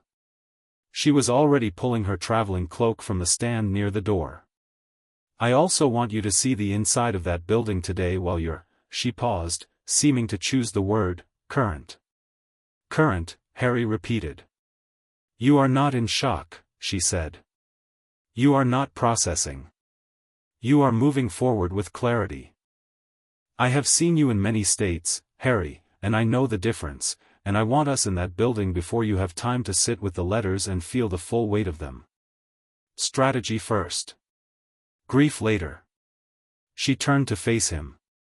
"Is that acceptable to you?" He looked at her for a long moment. She looked back, entirely serious, not apologizing for the calculation. "Yes," he said. "Let's go." He sent Patronus messages to Hermione and Ron on his way down the stairs, short, clear, "Ministry, now," and they materialized in the entrance hall within 4 minutes, Hermione from the library where she'd apparently been since they got back, Ron from the kitchen where a house elf had been feeding him biscuits. Hermione had her notebook. Ron had somehow had time to change into better robes, which Harry found both impressive and characteristically Ron. They took the floor from McGonagall's office. The ministry atrium received them in its usual way, vast, slightly too grand, the gold fountain gleaming, the general atmosphere of an institution that took itself very seriously. Harry had been here enough times that it no longer impressed him, which was useful. What was not usual was the man waiting near the floor terminal. Augustus Vane, in his pressed robes, briefcase in hand, looking like he'd been there for exactly as long as necessary and not a moment more. "I got your message," he said to Harry. "I also received the freeze notification directly, as your solicitor of record. They sent it to my office as a courtesy." The word courtesy came out with controlled contempt. "I've drafted an initial response and an emergency challenge filing. The challenge cites the Gringotts charter instrument as superseding any ministry review authority." He paused. "I should warn you, the legal challenge is solid, but it will take time. The freeze is temporary under statute, but temporary can mean anywhere from 48 hours to 6 months depending on how motivated the reviewing office is." "We're not going to wait 6 months, Harry said. "I didn't think so," Vane said. "What are we doing here today?" "Making noise," Ron said, from behind Harry. Harry looked at the ministry atrium. The afternoon crowd of ministry workers moving through, the memos flying overhead like a paper flock, the security desk at the far end with its usual board guard. Everything normal. Everything proceeding exactly as it did every single day regardless of what happened to the people it was supposed to serve. "I want to file the legal challenge in person," Harry said to Vane. "Not by owl. In person. And then I want to ask to speak to the deputy director who signed this letter." Vane looked at him carefully. "Hartwick is a bureaucrat. He signed because someone above him told him to sign. Confronting him directly is unlikely to produce the person actually behind this." "I know," Harry said. "That's not why I'm doing it." Vane held his gaze for a moment, then nodded once. "Very well." They crossed the atrium together, Harry, McGonagall, Hermione, Ron, and Vane, and the thing Harry noticed, the thing that was impossible not to notice, was the quality of the attention they attracted. It wasn't the celebrity staring he was used to, the heads turning, the nudges and whispers. This was different. This was the attention of people who recognized that something was happening, who didn't know what it was but read the formation correctly, the straight line of them, the purpose and the pace, McGonagall's expression, and moved slightly out of the way. The security desk guard sat up when they approached. "Names and purpose of visit," he said, reaching for his quill. "Minerva McGonagall, Headmistress of Hogwarts," McGonagall said, clipped and clear. "Harry James Potter, Lord of the Ancient and Noble Houses of Potter and Black. Augustus Vane, Solicitor." She paused. "We are here to file a formal challenge to the Ministry's Asset Freeze Order Number," she glanced at Harry. "AFR 2004-771, Harry said. He'd memorized the reference number from the letter. Old Auror habit. The guard wrote it all down, checked their wands, issued visitor badges with a slightly startled look, and waved them through.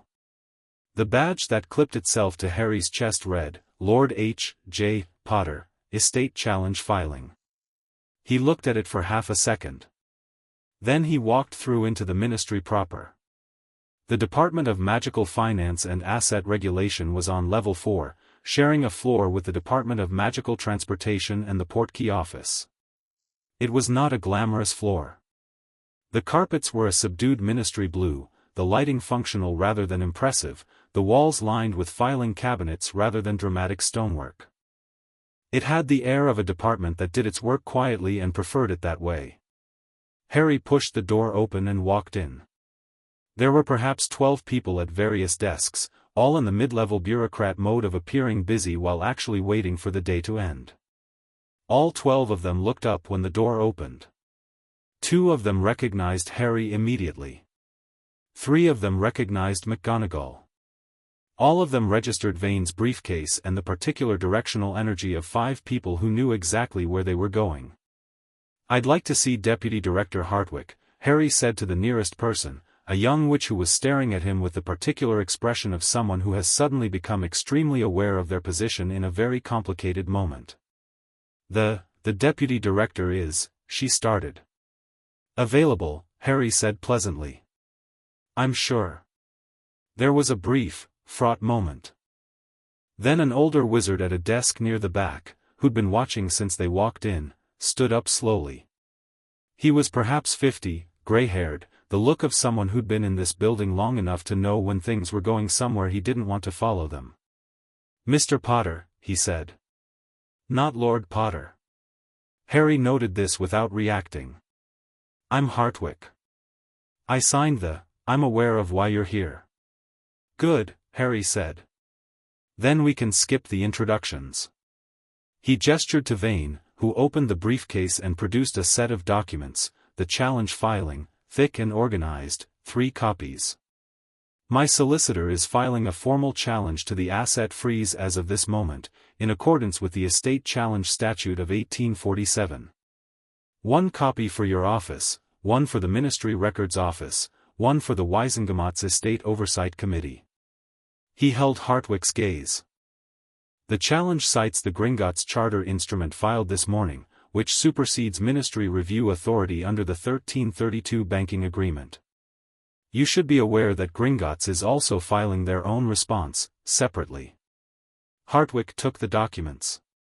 His expression was careful in the way of someone who had been told to sign something this morning and was now regretting it. "Mr. Potter," he said again, and stopped himself, started again. "Lord Potter. This freeze was filed on the basis of procedural questions about the Gringotts claim filed this morning," Harry said. "Yes. I read the letter. The procedural questions are addressed in the challenge filing, specifically pages 4 through 9, which walk through each relevant statute." He paused. "I'm curious about one thing, Mr. Hartwick. The notification from Gringotts went out at approximately 2 in the afternoon. Your office filed the freeze at 2:47. That's 47 minutes to identify a procedural question, draft a formal freeze order, get it signed, and send it by Ministry Owl to both Gringotts and myself." He tilted his head slightly. "That's extremely efficient. How did your office manage that?" Hartwick was quiet for a moment. "We have standing protocols for unusual Gringotts filings. A standing protocol that produces a freeze order in under an hour," Hermione said from beside Harry, in a tone that was perfectly polite and communicated complete disbelief. "That's remarkable. Could I ask which statute authorizes a freeze under those protocols? I've been reading the estate and legacy statutes and I haven't seen a provision for response times that fast." Hartwick looked at her. "I'd also like that in writing," Hermione added, smiling. "For our records." "The specific authorization," Hartwick started. "Was filed by the Estate and Legacy Division," Harry said, watching him. "Who was the original filing officer on the Black Estate Review, Mr. Hartwick? The one from 1996 that authorized the ongoing review status?" The room was very quiet. All 12 ministry workers had stopped pretending to work. "That's a historical record," Hartwick said. "I'd need to, Dolores Umbridge," Harry said. "Not a question." Hartwick said nothing. "She's not senior undersecretary anymore," Harry said. "But she's still here. Somewhere in this building in some capacity. And when Gringotts filed a charter claim this morning that broke open the review she set up 9 years ago, someone in her network had a freeze order ready to go within 47 minutes. He picked up his copy of the challenge filing from Vane's stack and held it out to Hartwick. "I want you to take this to whoever told you to sign the freeze this morning. Whoever that is, give them the filing. Tell them Lord Potterblack is formally challenging the freeze under charter protections, and tell them we will be requesting a full Wisengamot hearing on the matter within the week." He paused. "Can you do that?" Hartwick looked at the documents in his hands, then at Harry. "Mr. Lord Potter. These are serious allegations. They're documented facts," Harry said. "I'm happy to discuss the difference, but I think you'll find the documents are fairly clear on the point." He let a beat of silence pass. "The challenge filing includes a copy of every letter intercepted from me since 1991. 31 letters. Some of them are from this ministry." He watched Hartwick's face. Wiesengemot notification letters. Official letters informing me of my legal standing, sealed and undelivered for over a decade. Those are in there too. Something shifted in Hartwick's expression. It wasn't quite alarm, it was the more specific look of someone who had been handed something very hot by someone who was no longer in the room and who would not be returning to take it back. "I'll pass your filing to the relevant office," Hartwick said. His voice was different now. Flatter. The voice of someone disengaging from a situation they didn't choose. "Thank you," Harry said. He turned to go, and then stopped, because he'd thought of one more thing and it was important to say it now, here, in this room, in front of all 12 witnesses.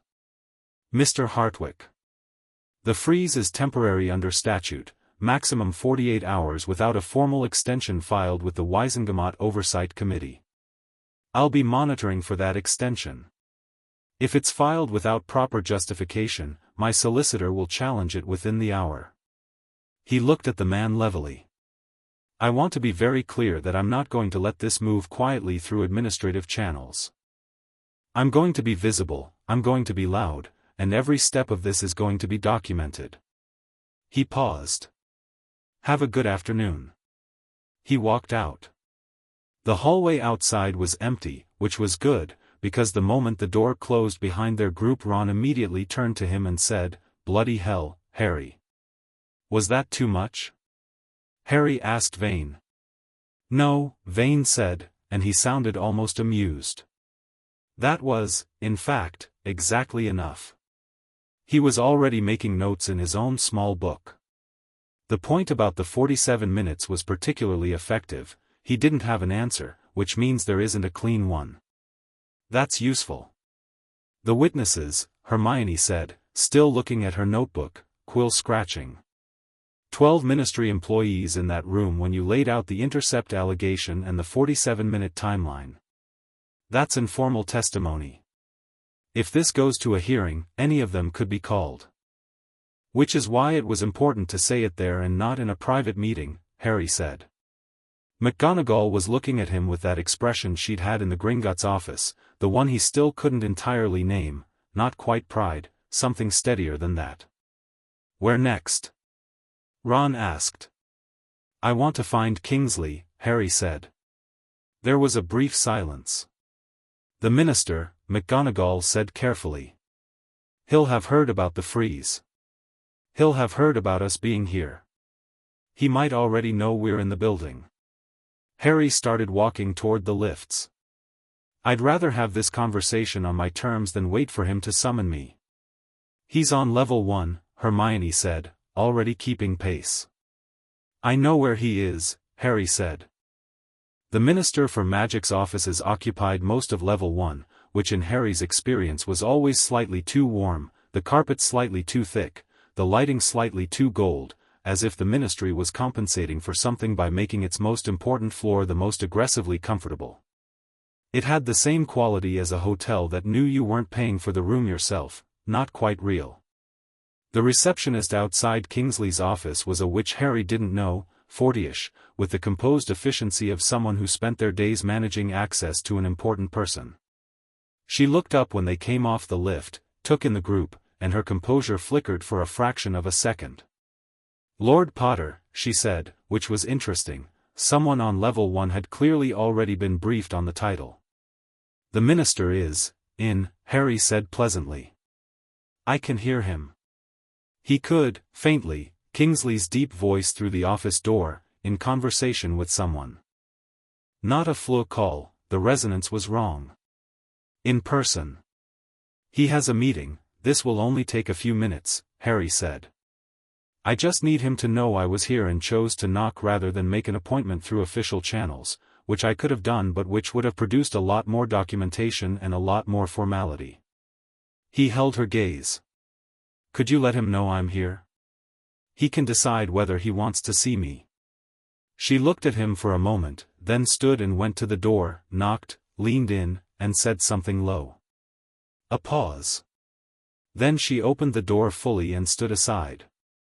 Kingsley Shacklebolt was behind his desk. He was in his ministerial robes, deep blue, the gold detail at the collar catching the office light. He was bigger than Harry always remembered between meetings, not fat, just substantial, the physical presence of someone who took up their space deliberately. He had aged in the 3 years since the war, but not badly, more like seasoning than erosion. There were 2 other people in the room, both of whom Harry placed immediately, Gawain Robards, head of the Auror office, and a woman from the Wizengamot liaison office whose name he didn't know. Kingsley looked at Harry with the particular expression of a man who had been expecting this visit, had hoped it would not come today, and was now adjusting accordingly. "Harry," he said. No title. They'd been on first-name terms since Harry was 15 and the order had been the only structure that mattered. "Kingsley," Harry said. He looked at Robards.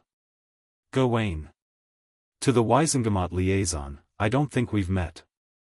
"Mira Calloway," she said, with the tone of someone who was aware this introduction was happening in unusual circumstances. "Wizengamot Liaison Division." Harry turned back to Kingsley. "You know why I'm here." "I heard you were in the building," Kingsley said. "I was going to send for you." "I saved you the owl," Harry said.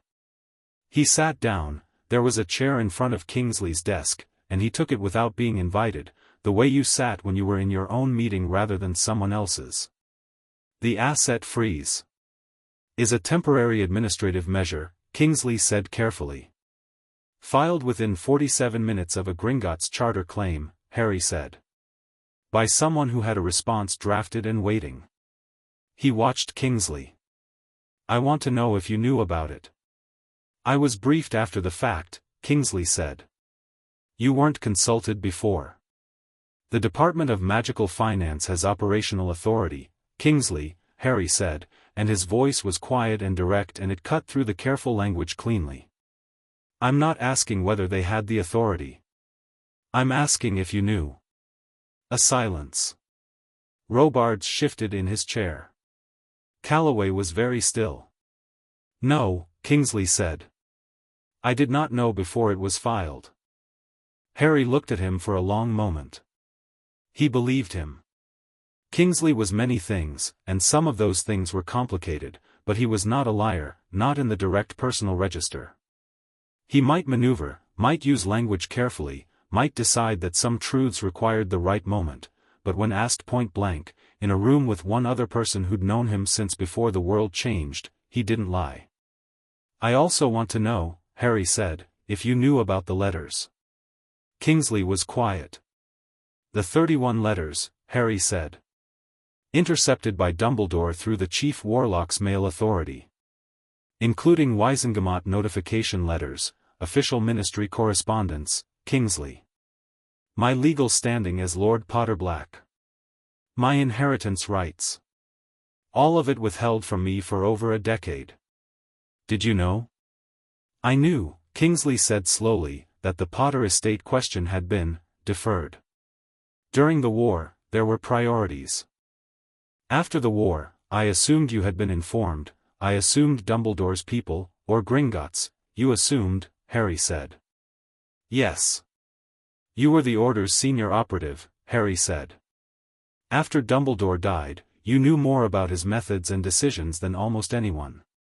You assumed I'd been told about my legal standing and my estate, but you never checked. It wasn't an attack. It was a statement of fact, delivered in the tone of someone who had decided that the accurate accounting of things was more important than protecting people's feelings, including Kingsley's." Kingsley sat with it. That was one of the things Harry had always respected about the man. He didn't immediately defend.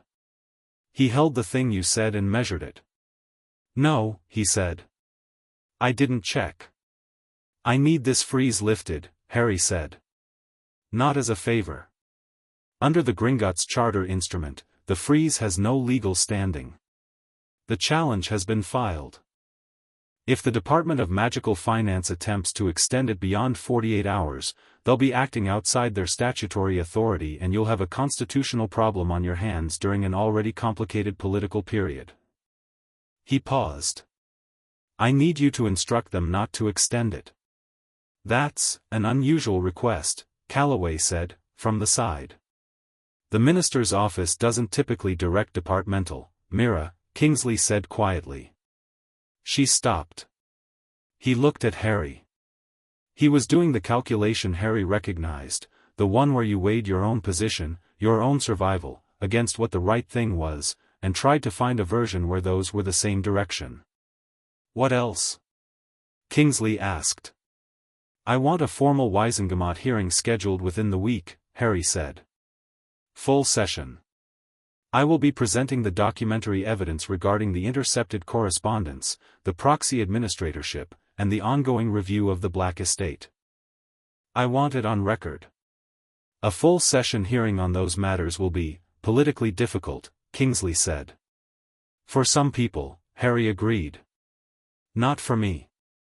If what you're alleging is fully documented, it is.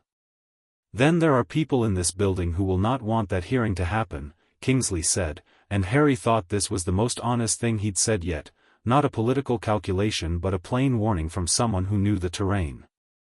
I know, Harry said. That's exactly why it needs to happen in the Wisengamot and not in a departmental review office that can be buried. He stood. Kingsley, I'm not asking you to go to war for me. I'm asking you to let the process work, the actual process, the legal one, the one that exists precisely for situations like this. I'm asking you to get out of the way and let it happen. Kingsley looked at him for a long moment. Harry looked back, and he thought about the ministry atrium 9 years ago, the battle, Kingsley taking his position in the Great Hall when it mattered, the order meetings and the dangerous years and the basic decency of this man under pressure. He was decent. He was also caught between decency and survival, which was the place most decent people eventually ended up. I'll look at the freeze, Kingsley said finally. The hearing request will go through the Wisengamot clerk's office today. Thank you, Harry said. He turned to Robards.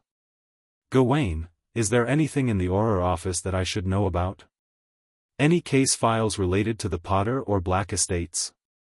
Robards was a careful man who had been in his job long enough to know when a question was genuine and when it was a test. He measured it. Nothing active, he said. I'll have someone check historical files. Appreciate it, Harry said. He turned, and McGonagall, Hermione, Ron, and Vane, who had been absolutely silent throughout the entire exchange, fell in behind him. They were at the door when Kingsley said his name. Harry stopped. Harry, Kingsley said, and his voice was different now, lower, something in it that was just the man, not the minister. For what it's worth, what Dumbledore did. The letters. The guardianship. I don't, he paused. He was the greatest wizard I ever knew and he made choices about you that I cannot defend. I want you to know that I know that. Harry looked at him over his shoulder. I know you know, he said. That's why I came to you directly instead of filing by owl and letting the lawyers handle it. He walked out. In the lift on the way down, the five of them stood in a silence that was not uncomfortable. Hermione was writing. Ron was looking at the lift's enchanted ceiling with an expression of processed awe. Vane was reviewing his notes. McGonagall was looking at the lift doors. That went well, Ron said eventually. It went as well as it could at this stage, Vane said, with professional precision. The freeze will likely be lifted, Shacklebolt will instruct the department, I'm confident of that. The hearing is less certain.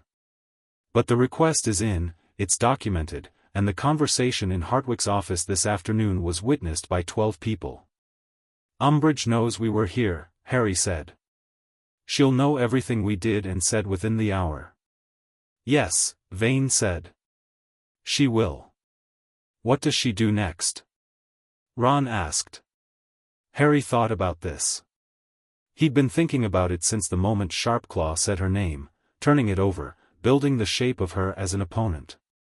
He'd known Dolores Umbridge at 15, and the temptation was to think of her as the woman who'd put a blood quill in his hand, who'd tortured children for bureaucratic convenience, who'd run the Muggle-born Registration Commission with cheerful malice. All of that was true and all of it was useful information. But it wasn't the thing that made her genuinely dangerous. The thing that made her dangerous was that she never needed to be in the room. She worked through systems, through paperwork, through the accumulation of small authorities that individually looked like bureaucratic procedure and collectively looked like a vice closing around someone's throat.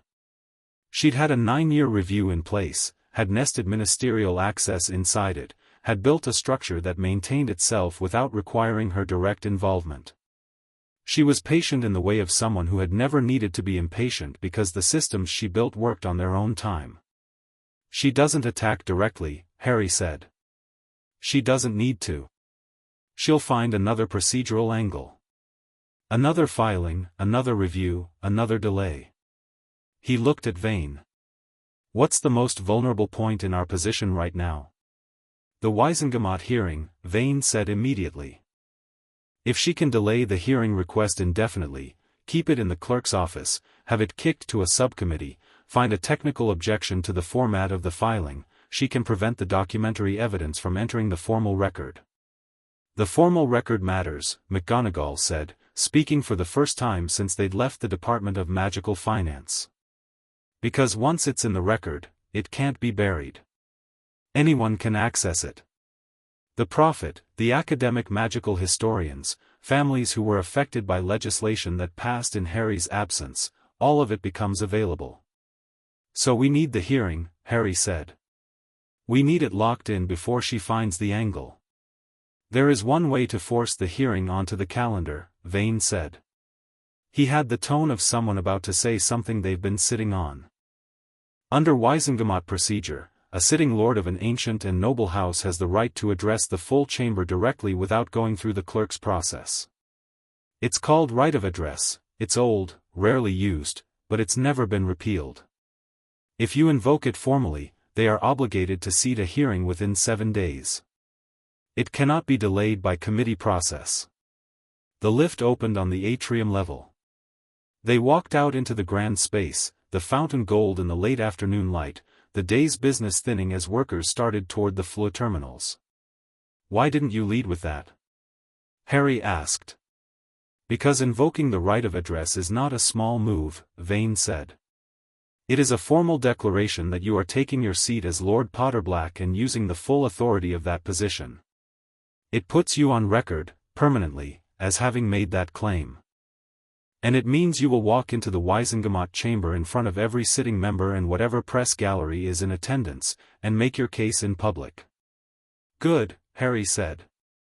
Vane looked at him. You don't need to think about it. I've been thinking about it since this morning, Harry said. I sat in Gringotts and thought about everything that was taken from me by being kept quiet and kept small, and I decided that I was done being quiet and small. He looked at Vane steadily. File the right of address. Vane was quiet for a moment, and then he opened his briefcase, produced a document, of course he had it ready, Harry thought, and handed Harry a quill. Harry signed it against the cover of Vane's briefcase, blood signature, formal and final. Vane sealed it and turned immediately toward the Ministry Records office. I'll file it today, he said, before close of business. The 7-day clock starts when it's received. 1 week, Harry said. Right. He stood in the atrium and watched Vane disappear into the stream of ministry workers, and the afternoon light fell through the high windows in wide bright bars, and across the floor people moved in all directions with their own urgencies and their own purposes. Hermione appeared at his shoulder. There's something else, she said, in the tone she used when there was definitely something else and it was definitely significant. Tell me. I've been tracking the Umbridge connection since this morning, she said, while you were talking to Kingsley. I've been going back through the legislative record, the departmental memos, the public filing records, everything available through the Ministry Library's open access. She flipped to a page in her notebook. The Auror Oversight Reform Bill. The one that passed in 2001 that authorized unsupervised resident searches. Right. It was introduced by a ministry backbencher, sponsored by the DMLE Oversight Committee. But the original draft language, the specific clause about Muggle-born families, was inserted at the committee stage by a Department of Magical Law Enforcement advisor. She looked up. The advisor is listed in the committee records as D. Umbridge. Ron swore under his breath. So the bill that expanded Ministry search authority over Muggle-born families, Harry said slowly, was drafted in part by Umbridge, passed without my votes, and has been used for 9 years. I can document 43 cases where the search authority was used, Hermione said, in the Public Order Office case files alone. 43 cases, predominantly Muggle-born and half-blood families, searches conducted without independent oversight. She paused. Harry, this is not just about your estate. This is, I know what it is, Harry said. She held his gaze. It's bigger than you. Yes, he said. I know. He looked at the atrium, the fountain, the self-important grandeur of the place. That's why the hearing has to be public. Full record. Everything. Ron came to stand on his other side. The three of them stood together the way they'd stood together in enough terrible places that it had its own quality by now, not comfort, exactly, more like calibration. The thing where you knew who was beside you, and that fact organized everything else. We should go back, McGonagall said, behind them. You need to read the letters tonight. She was right. They'd done what today needed to do. The challenge was filed, the right of address was filed, the conversation with Kingsley was had. The Ministry had been shown, clearly and in front of witnesses, that this was not going away quietly. That was today. Tomorrow would be its own thing. The freeze would likely be lifted by morning. Umbridge would be building her counter-response already. Vane would have confirmation of the hearing date. And Harry would sit down tonight with 31 letters and read every single one of them. He turned toward the Fleur terminal. He was almost there when he heard his name, not from behind, from the side, from a cluster of Ministry workers heading the same direction. He turned. A young witch, early 20s, press badge on her robes, the Daily Prophet. Lord Potter, she said, slightly breathless, quill already out, can you confirm reports that you're challenging an asset freeze filed by the Department of Magical Finance today? Harry looked at her. She was nervous, yes, but underneath it she was also genuine, young, eager, the look of someone who just stumbled onto a much better story than she'd expected her Tuesday to contain. He thought about Umbridge's people, who would be receiving their own version of today's events right now. He thought about narrative, and who got to tell it first. Yes, he said. I can confirm that. I've also filed a formal right of address to the Wizengamot, which means a full session hearing will be held within 7 days. He paused. You should request access to the documentary filing through the Wizengamot clerk's office tomorrow morning. The filing contains 31 letters that were withheld from me between 1991 and 1998, intercepted through the Chief Warlock's mail authority. He held her gaze. That's the story. The documents are public record. Anyone can access them. She was writing very fast. Can I ask who filed the asset freeze? The Department of Magical Finance, Harry said.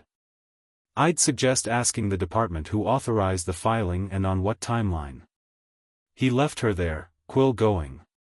Outside in the cool evening air, in the phone box that served as the Muggle entrance, while they waited for the rotation cycle before they could flew out, Ron leaned against the wall and looked at Harry with an expression that was complex and direct in equal measure.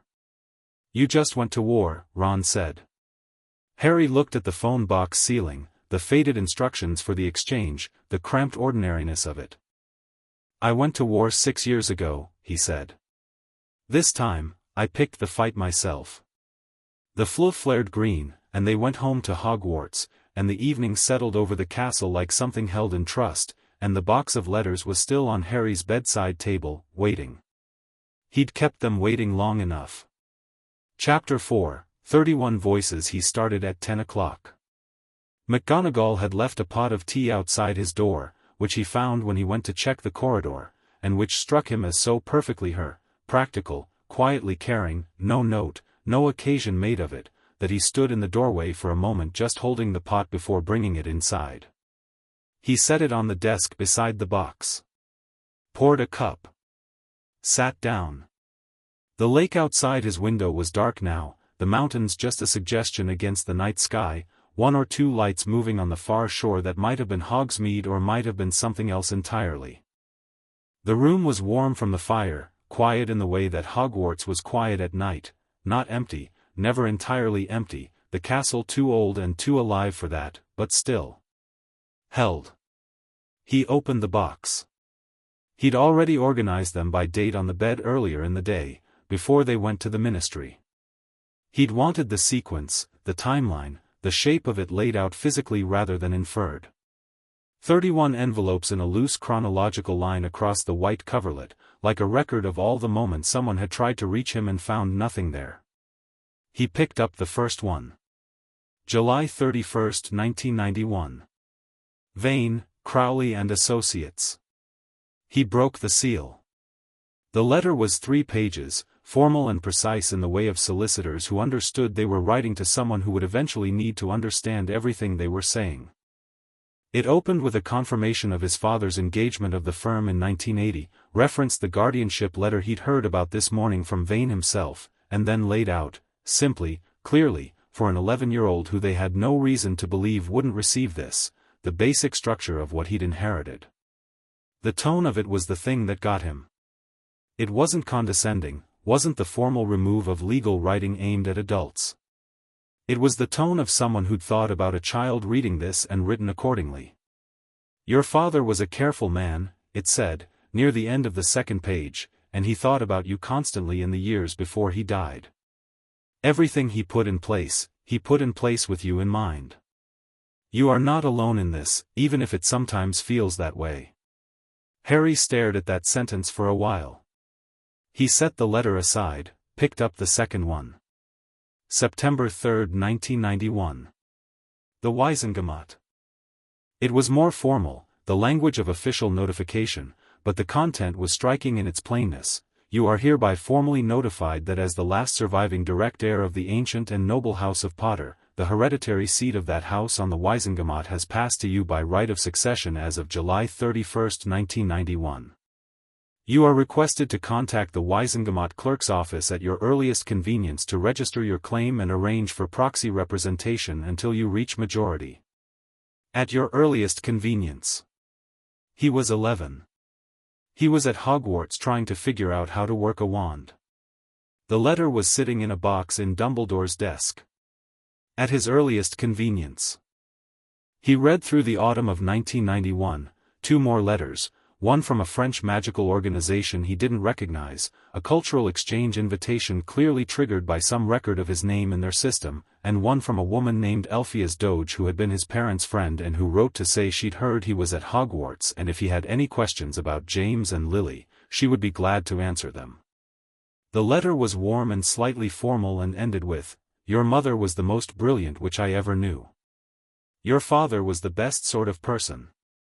I miss them very much." Harry put it down carefully. He'd met Doge. Briefly, at Bill and Fleur's wedding, before everything went wrong. He'd grabbed a conversation with him there, stolen a few minutes of someone who knew his parents as people rather than as symbols, and then the Death Eaters had arrived and that had been the end of it. He hadn't thought to seek Doge out again after the war. He'd been overwhelmed, and then he'd been surviving, and then somehow 3 years had gone by. He kept going.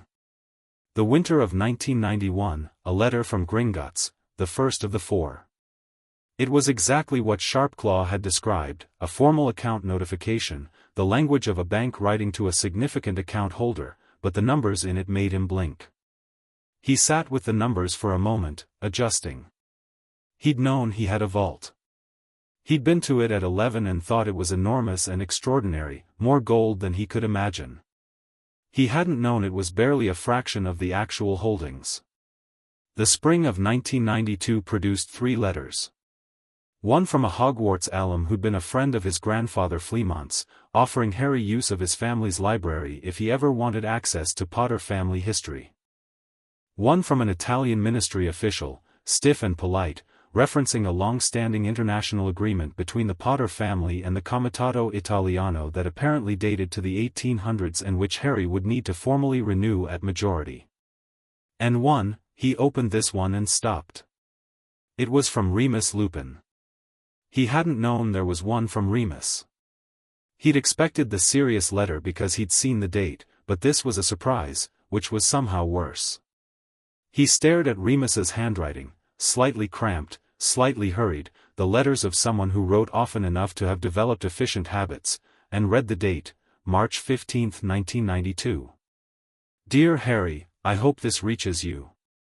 I've been told by the Hogwarts post that correspondence of this kind goes through the standard routing, which should mean it reaches you directly, so I'll assume you're reading this and carry on as though you are. I've been trying to decide for 7 months whether to write to you. It felt presumptuous. You don't know me, and I haven't been part of your life, and the last thing I want to do is arrive in your first year at Hogwarts as some stranger claiming a connection you have no reason to recognize.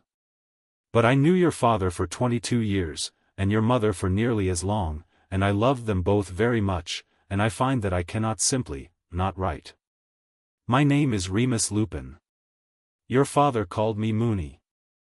I was his best friend, and I was your godfather's best friend, and I spent a great deal of time and a great deal of trouble with both of them during our years at Hogwarts.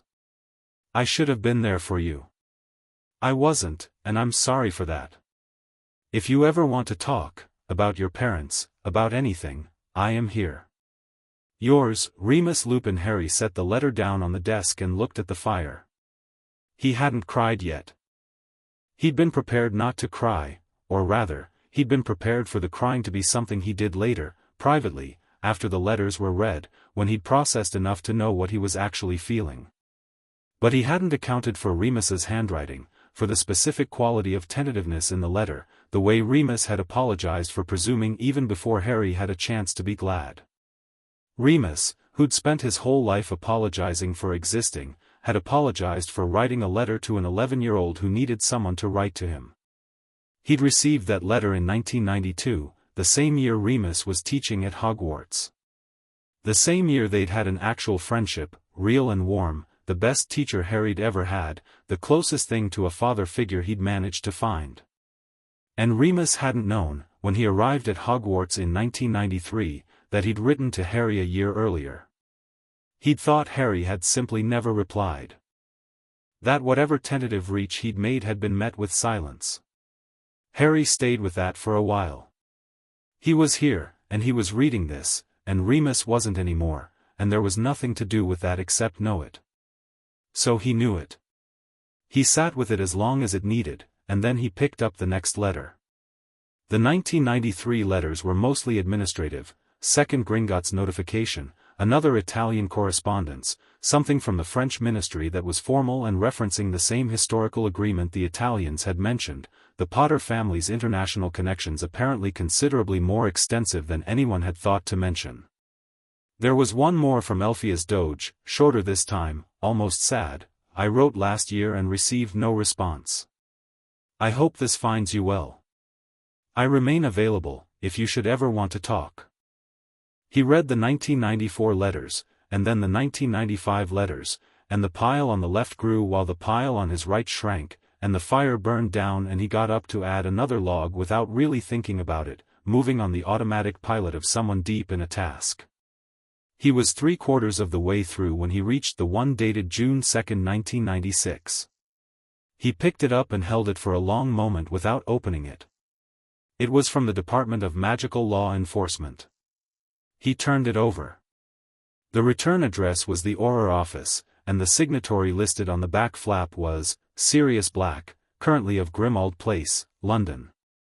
His handwriting on the outside was the same as Harry remembered from previous letters, quick, energetic, slightly too large for the envelope, the handwriting of someone who found the physical act of writing slightly constraining. 2 weeks before he died. Harry's hands were steady. He opened it. The letter was not what he'd expected. He had expected, what? Something emotional, maybe. Something full of love and apology and the particular weight of things that had been left unsaid too long. Sirius was capable of that. Sirius had written him letters of such warmth in second and third year that Harry had sometimes slept with them folded in his pillowcase when the Dursleys were being particularly vile. But this letter was not that. It was 4 pages and it was practical, and that was more frightening than emotion would have been, because practical meant Sirius had sat down and thought carefully and deliberately about what Harry needed to know in case he himself was gone. Harry, I'm going to write this like I might not see you again, because if I have learned one thing in my adult life it's that you should say what you need to say when you have the chance. I'll probably see you next week and you can laugh at me for being morbid. I hope you laugh at me. First, and most important, you are the best person I know. You are better than your father was, even, and your father was extraordinary. I want you to know I have thought that clearly and completely, not as a wish for you but as an observation. Now the practical things, because you know I am also nothing if not practical when I need to be. He'd written everything out. The Black estate, its full extent, the properties Harry hadn't known about. The vault. The Wisengamot seat, and why it mattered, and how to use it. He'd written a summary of the Black family's political history, not the dark parts, the parts where they'd had genuine power and used it, the good and the terrible both, because he thought Harry should know the full picture. He'd written about the guardianship letter, which meant Sirius had known about it, had known James had named Lupin as backup.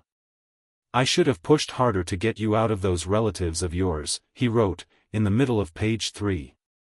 I should have made more noise. I was too grateful to be free, too afraid of being sent back. I chose my own peace over fighting for yours and I am sorry for that, Harry. I am sorrier for that than for almost anything in my life. And then, near the end, I know Dumbledore has good reasons for everything. I have always believed he has good reasons. But I also believe that good reasons are not the same as good outcomes, and that the distance between what he intends and what happens to you has been too wide for too long. Push back. Whatever happens to me, to any of us, push back. You are Lord Potter and the Black Heir and you have every right to take up exactly as much space as you're entitled to. Don't let anyone make you small. Don't let anyone make you small. He read that twice. Sat with it. Then folded the letter very precisely, along its original creases, and set it on the desk. He stood up. He walked to the window and stood there for a while looking out at the dark lake, one hand braced on the cool stone of the window frame, and breathed. He let Sirius's voice in his head be what it was, clear and fierce and alive in that particular serious way, direct even in writing, the man who'd never learned to soften things and had stopped trying sometime in Azkaban, and he let it sit there and do what it needed to do. Then he went back to the desk. He was down to 5 letters. 4 of them were what he expected them to be at this stage, a third Gringotts notification from 1997, 2 more Wisengamot correspondence pieces from 1997 and 1998, and a brief formal letter from the Black family's own solicitors, a different firm from Vane's, noting that in accordance with Sirius Black's wishes they had been attempting to reach Harry Potter regarding the Black estate. He picked up the last one. He'd been building toward it all night. He'd known it was there since McGonagall showed him the box, his mother's letter, the one she'd sent to Vane with instructions to hold it, the one that had sat in Vane's files for 17 years while Harry hadn't known to ask for it. The envelope was the same cream parchment as the rest, but lighter, as though there wasn't much inside. His name was written on the front in his mother's hand. He recognized it from photographs, from the note attached to the invisibility cloak, from the single letter she'd written to Sirius that he'd found in Grimmauld Place and kept, folded, in the same pillowcase the Sirius letters had lived in. Harry, she'd written, just that. Not Mr. H. J. Potter, not Lord Potter, not any formal address. Just his name in her handwriting, one word, and it hit him with the specific concentrated force of a thing that was both entirely expected and entirely not survivable. He opened it. It was 2 pages. The date at the top was October 30th, 1981. The day before she died. My Harry, if you are reading this, then something went wrong. That is all I will say about that, because I have neither the time nor the heart to write about what might happen to us when you are the only future I want to think about. You are 1 year old today. You are asleep upstairs. I can hear you breathing through the monitor Sirius charmed for us, and it is the best sound in the world. You fell asleep with your fist in your hair, which you do when you're tired and fighting it, and I went up and moved your hand and you didn't even stir. I need you to know some things. You were wanted. So completely, so extravagantly wanted. From the moment I found out I was going to have you, your father ran into every room in the house and came back laughing, and we sat on the kitchen floor for half an hour just being happy. I want you to know that. However you have grown up, whatever gaps there have been in your life, and I know there will be gaps, there always are in lives that start the way yours has, too much loss too soon, I want you to know that your beginning was so much joy. Your father is the most wonderful man I have ever known. Not because he is perfect, he is not. He is quite spectacularly imperfect in several specific ways that you will likely have inherited, but because he is entirely himself, all the time, without embarrassment or reservation. You have his eyes. I hope you have his capacity for joy. I hope whatever has happened, whatever you've been through, that you have held on to some capacity for joy, because the world is genuinely extraordinary when you give it the chance to be. I want to tell you things about yourself that you may not know. You are braver than you think you are. This is almost always true of the people who are actually brave. They don't feel brave, they just feel like they're doing what needs doing, and they're right, that's all bravery is. If you're reading this, then you've been doing what needs doing for a long time, and I am so proud of you I cannot find language large enough for it. I want to tell you about our family. The Potters go back a long way, and the Evanses do too in their own way. My side might be Muggle-born, but we are stubborn and brilliant, and we love ferociously, and I know you have that in you because I can already see it in the way you hold on to things that matter to you. Your first word was, up. You had decided you wanted to be held, and you found the most efficient possible way to communicate it. That is 100% your father's directness, and I have never been more proud. I need to say this, whatever you're fighting, you don't have to fight it alone. There are people who love you. There are always people who love you. Let them. And this, the world is going to tell you stories about yourself. Some of them will be true. Most of them will be incomplete. You are the only one who gets to decide which version of yourself you become. No prophecy, no title, no expectation from the people who need you to be a certain thing, none of it is the full truth of you. Only you are. I love you. I loved you from the first moment, completely, without condition or reservation or end. Your mum. He sat at the desk for a long time. The fire had burned very low. The tea was cold. Outside, the lake reflected nothing, the sky had clouded over and the night was entirely dark, the castle around him settled into its oldest silence. He sat in it and let his mother's voice be exactly what it was, not a ghost, not a photograph, not a stone in a churchyard. A person, real and specific, who had sat down at a kitchen table the night before she died and found the words. He wasn't crying. He wasn't not crying. He was in some other state entirely, something that didn't have a common name, the state of receiving something that arrived 30 years late and was both too much and not enough and exactly right all at once. He folded the letter. He put it back in its envelope very carefully, the way you handled things you intended to keep. He put it in the inside pocket of his jacket, close. Then he sat for another few minutes, doing nothing except being in the room with all of it. He thought about the 11-year-old who'd arrived at Hogwarts knowing nothing. He thought about all the years he'd spent in the gap between who he was and who he was supposed to be, never understanding that the gap had been manufactured, that someone had decided on his behalf that the distance between Harry Potter and his own history should be maintained. He thought about Remus writing and receiving no answer. He thought about Sirius saying don't let anyone make you small. He thought about his mother moving his fist out of his hair, October 1981, the night before everything. He thought about Dumbledore. This was the part he'd been circling. He'd been building to it all night, the letters, the voice from each of them, all the things said by people who'd wanted to reach him and been prevented, because the thing underneath all of it was Dumbledore, and Harry had thought he'd resolved his feelings about Dumbledore and understood now that he'd resolved his feelings about a partial picture. He knew more now. He knew about the proxy administratorship, the quarterly allowances, the guardianship letter ignored. He knew Remus should have been called. He knew Sirius had seen it, the distance between what he intends and what happens to you has been too wide for too long. He knew his parents' friends had been trying to reach him for years. And here was the thing he'd been sitting with since the box was found. He did not think Dumbledore was evil. He did not think it was malice, simple and clean. He thought it was something more complicated and more insidious than malice. He thought Dumbledore had made a decision about what Harry needed to be, and had managed every variable around that decision with the full weight of his extraordinary intelligence, and had never once genuinely asked Harry what Harry wanted, because Harry's wants were irrelevant to the equation. Harry was the answer to a problem Dumbledore had spent decades working on. The problem required a particular kind of answer, and Dumbledore had shaped the answer accordingly. The letters would have complicated that. Vane would have asked questions. Remus raising Harry would have produced a different person. The Potter seat on the Wizengamot would have given Harry power Dumbledore couldn't account for.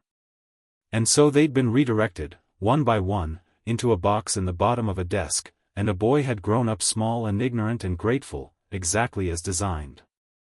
He wasn't angry. Or rather, he was, but the anger was clean. It didn't shake him.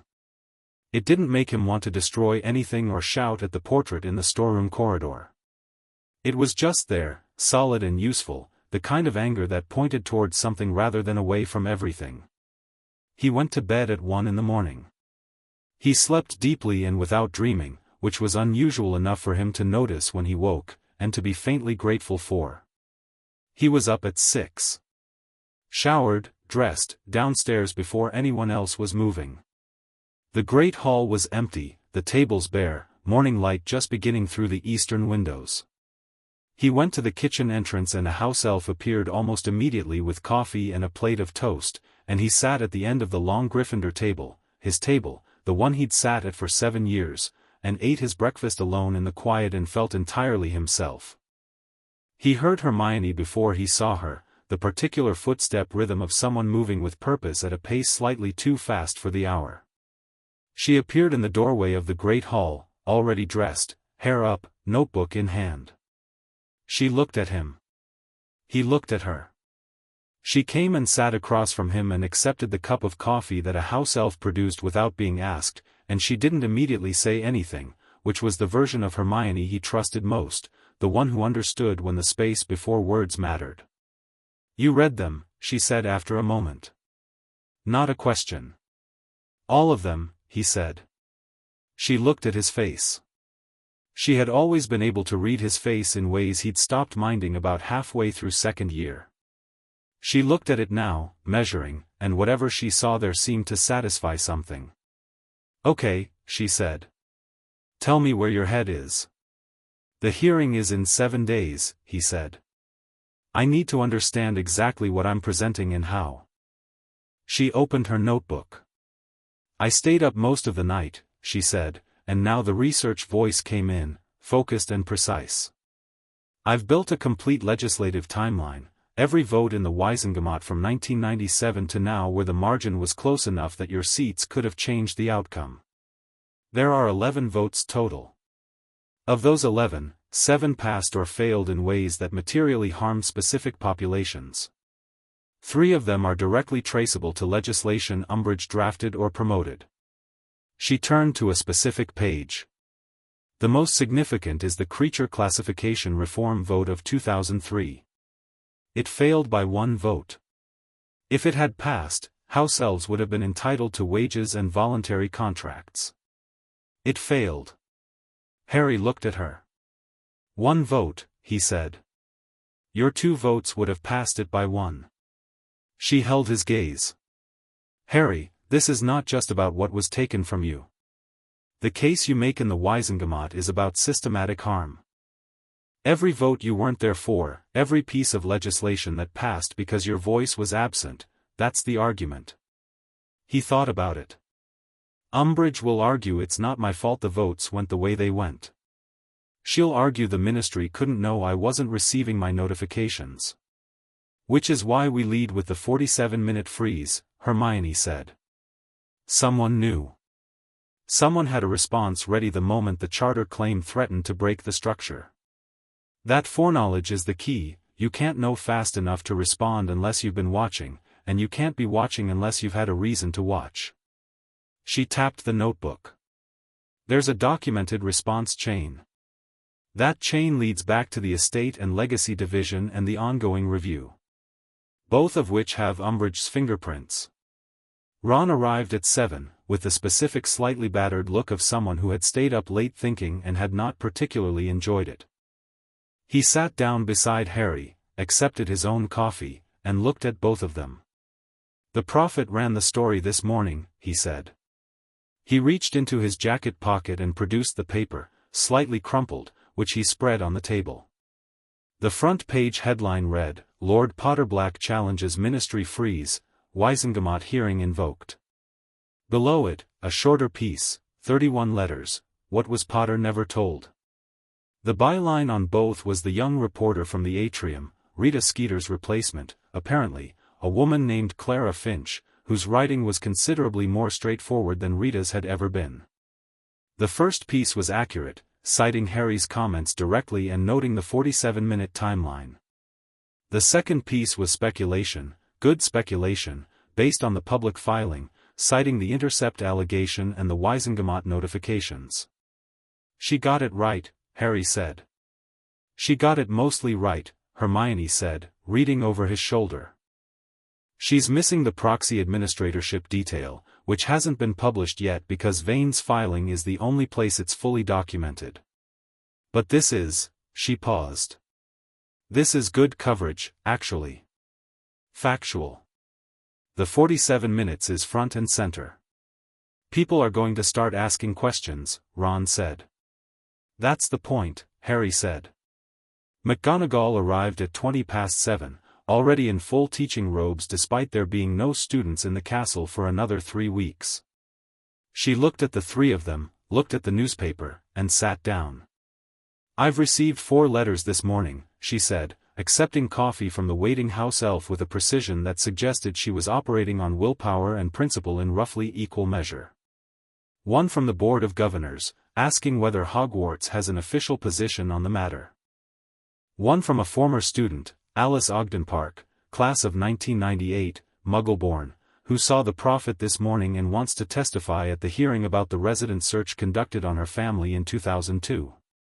One from Elphias Doge, who has apparently been trying to reach you since 1991 and wishes to offer documentary evidence. She paused. And one from Neville Longbottom. What does Neville want? Harry asked. McGonagall looked at him with something that might have been, on a less controlled face, satisfaction. He wants to know if you need his Wizengamot seat. Harry sat up. He already has it? Hermione said immediately. Neville holds the Longbottom seat? He took it up last year, McGonagall said. Quietly. He's been attending sessions sporadically. He didn't want to make a public thing of it until he understood the territory. She looked at Harry.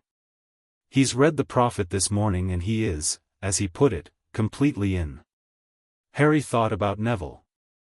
Neville, who'd grown up under the same long shadow of prophecy and war, whose parents had paid the price with their minds, who'd pulled a sword out of a hat at 16 and who'd spent the years since becoming the person he'd always been underneath the difficulty. Neville, who was now Lord Longbottom, and who was apparently also sitting on a Wizengamot seat and had read the morning paper and sent a letter before 7:30. 3 noble house seats, Hermione said quietly, and Harry could hear her running the numbers. You, Neville, and any existing allied votes, Harry, that's a real block. That's not just a moral argument, that's actual procedural weight. Right back to Neville, Harry said to McGonagall. Tell him yes. Tell him I'd like to talk today if he's available. She was already reaching for the parchment she'd brought with her. "There's something else," Harry said. He looked at Hermione, who looked back. "What did you find in the letters?" she asked. "The Lupin letter," Harry said. "March 1992. Remus wrote to me first year. He'd been trying to reach me from the beginning and he thought I never responded." He looked at his coffee. "When he came to teach at Hogwarts the following year, he didn't know he'd written to me. He thought I'd received his letter and chosen not to reply." The table was very quiet. "He never mentioned writing to you," Hermione said carefully. "No," Harry said. "I think it cost him too much to acknowledge it. He'd been rejected by the last connection he had to James and Lily, he thought, and then suddenly he was teaching at Hogwarts and the person who he thought had rejected him was his student." He paused. "It explains something about the way he was in third year. The care he took with me, the way he was always slightly more tentative than the relationship seemed to call for. He was working around an assumption of rejection that wasn't real." Nobody said anything for a moment. Ron said, "I really hate that box." "I know," Harry said. "What about the other one?" Ron said, carefully. "The one Vane had." Harry reached into the inside pocket of his jacket and produced the envelope. He set it on the table in front of him and looked at it. Hermione made a soft sound.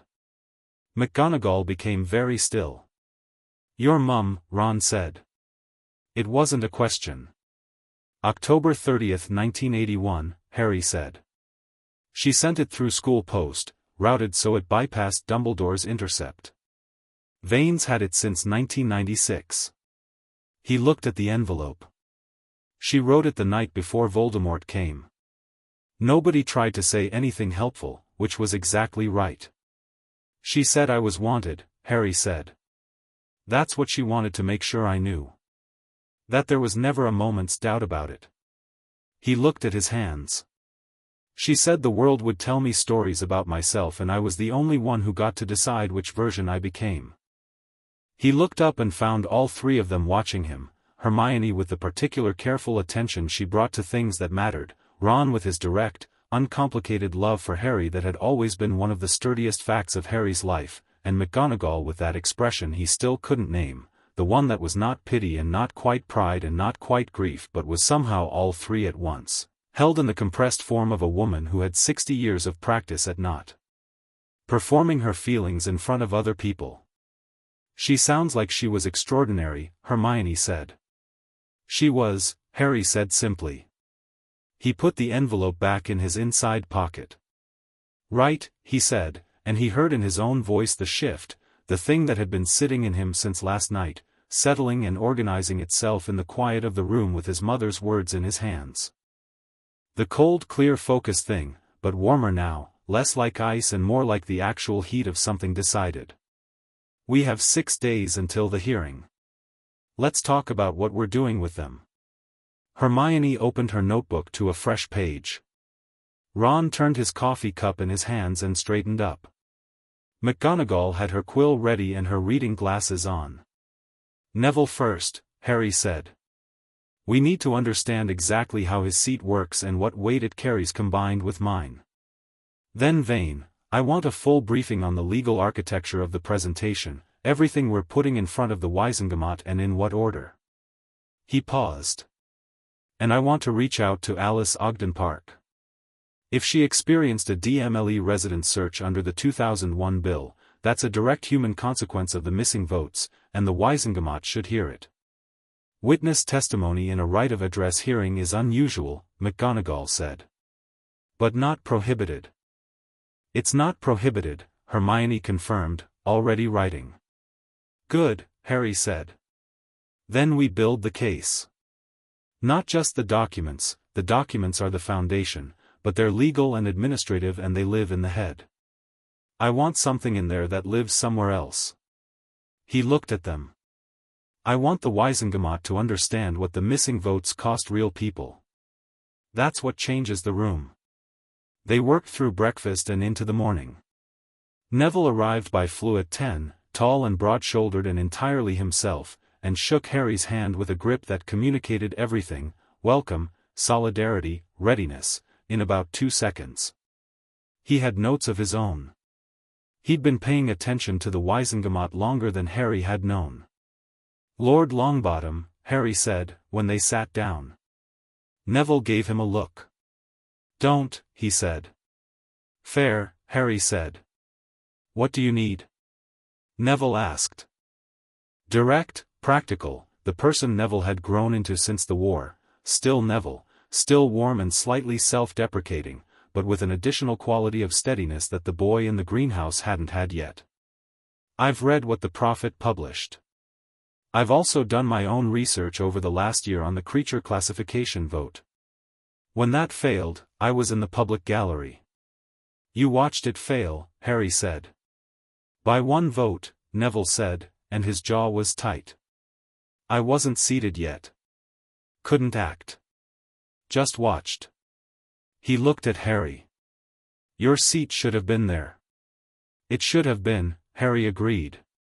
"It'll be there next time," Neville said. "That's enough for now." By afternoon they had the structure of the presentation. By evening they had contacted Alice Ogdenpark, who turned out to be a healer at St. Mungo's, composed and specific in the way of people who'd been living with something long enough to be able to talk about it precisely. She told Harry about the 2002 search, the 3 Aurors at the door at 6 in the morning, her mother's face, the way they'd gone through everything and found nothing because there was nothing to find and had never apologized for it. She would testify. She was not the only one. She knew 6 other families with similar experiences and could put Harry in contact with them. "You don't have to," Harry said. "I know I don't have to," she said. "That's why I want to." That evening, Harry wrote 3 letters. The first was to Elphias Doge, who had tried to reach him twice from 1991 and had given up and who deserved to know why the silence had not been Harry's choice. The second was to Kingsley Shacklebolt, formally and through Vane's office, confirming the right of address hearing and attaching a preliminary summary of the documentary evidence. Vane had advised the courtesy of advance disclosure, on the grounds that Kingsley was not their enemy, and giving him the full picture before the hearing meant he had fewer reasons to be surprised in the chamber. Surprised powerful people made bad decisions. The third letter he stared at for a while before writing. It was addressed to the estate of Albus Dumbledore, care of his portrait. The portrait was in Hogwarts, in the storeroom corridor, waiting for the renovation.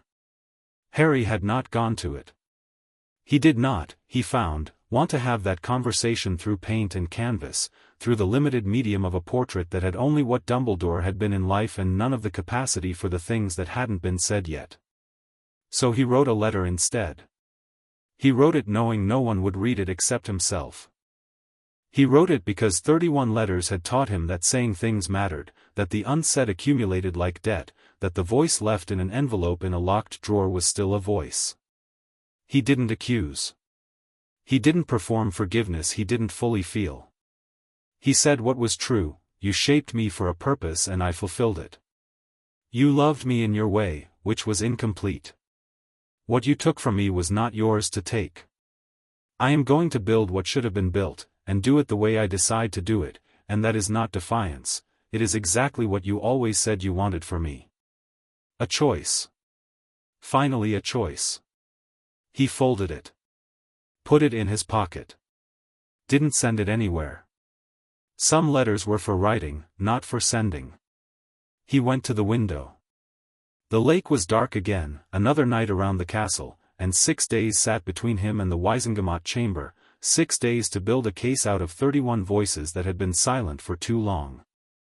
He felt ready in the way you felt ready when you'd done the preparation and made the decision, and the only thing left was to walk into the room. He went to bed. He slept well.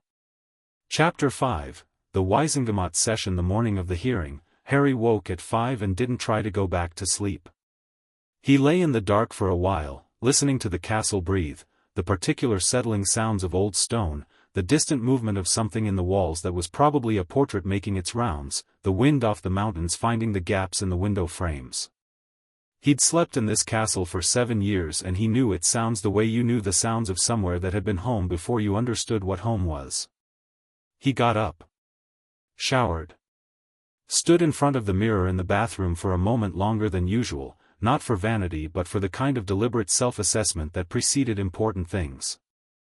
He looked back at himself, 20 years old, the scar still there because it would always be there, green eyes his mother had told him belonged to her side of the family, his father's face.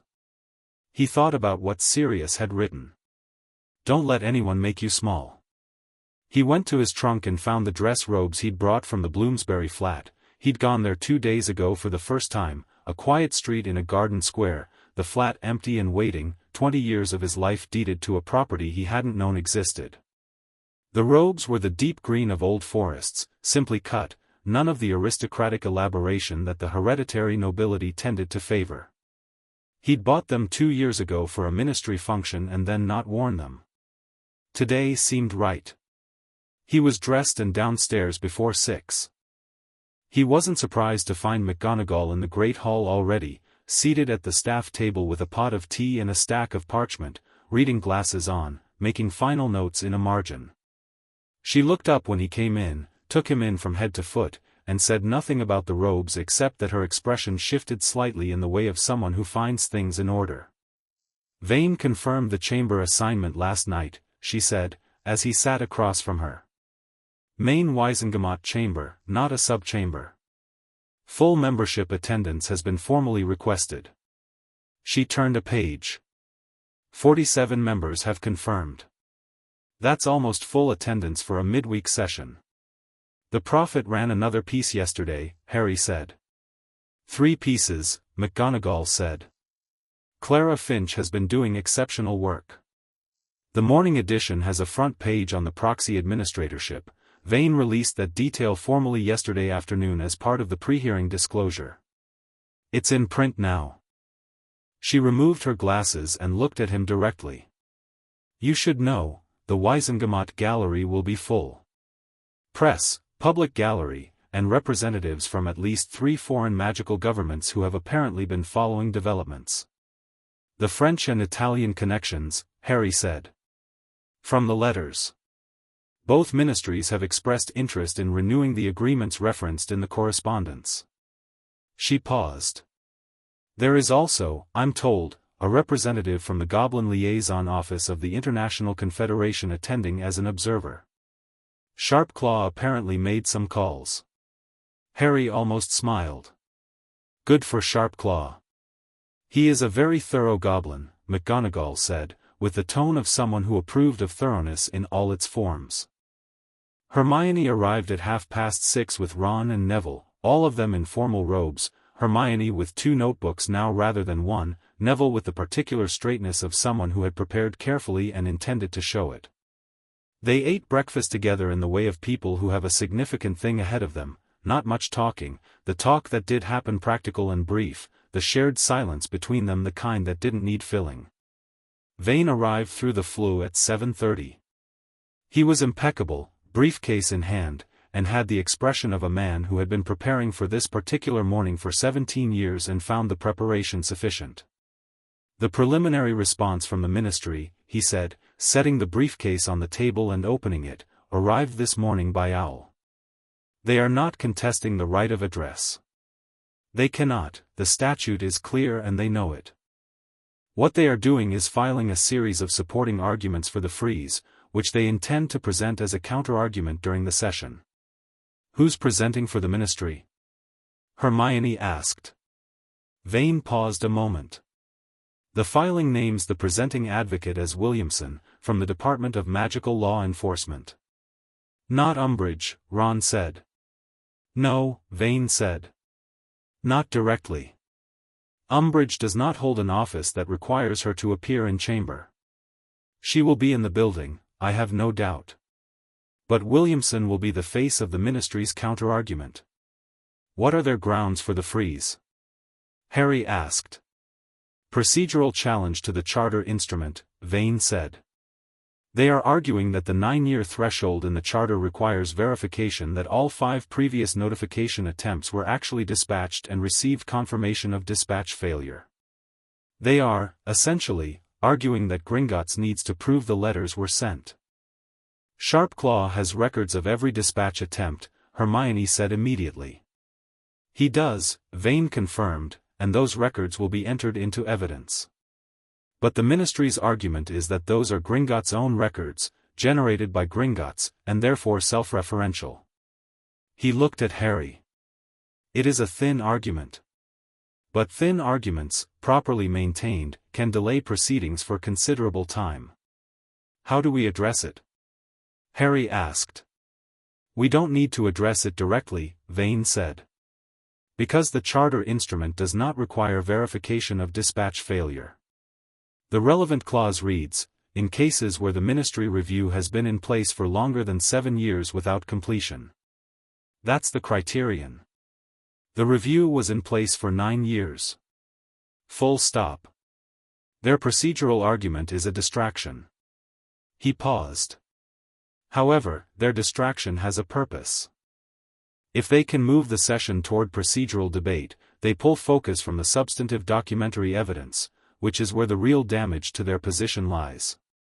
Then we don't let them move it there, Harry said. No, Vane agreed. We present the documentary evidence first, completely, before they have the opportunity to raise procedure. Right of address sessions give the applicant floor time before any counter-argument is admitted. He looked at Harry. You have the floor first. Use it. They were in the Ministry atrium by 8:30.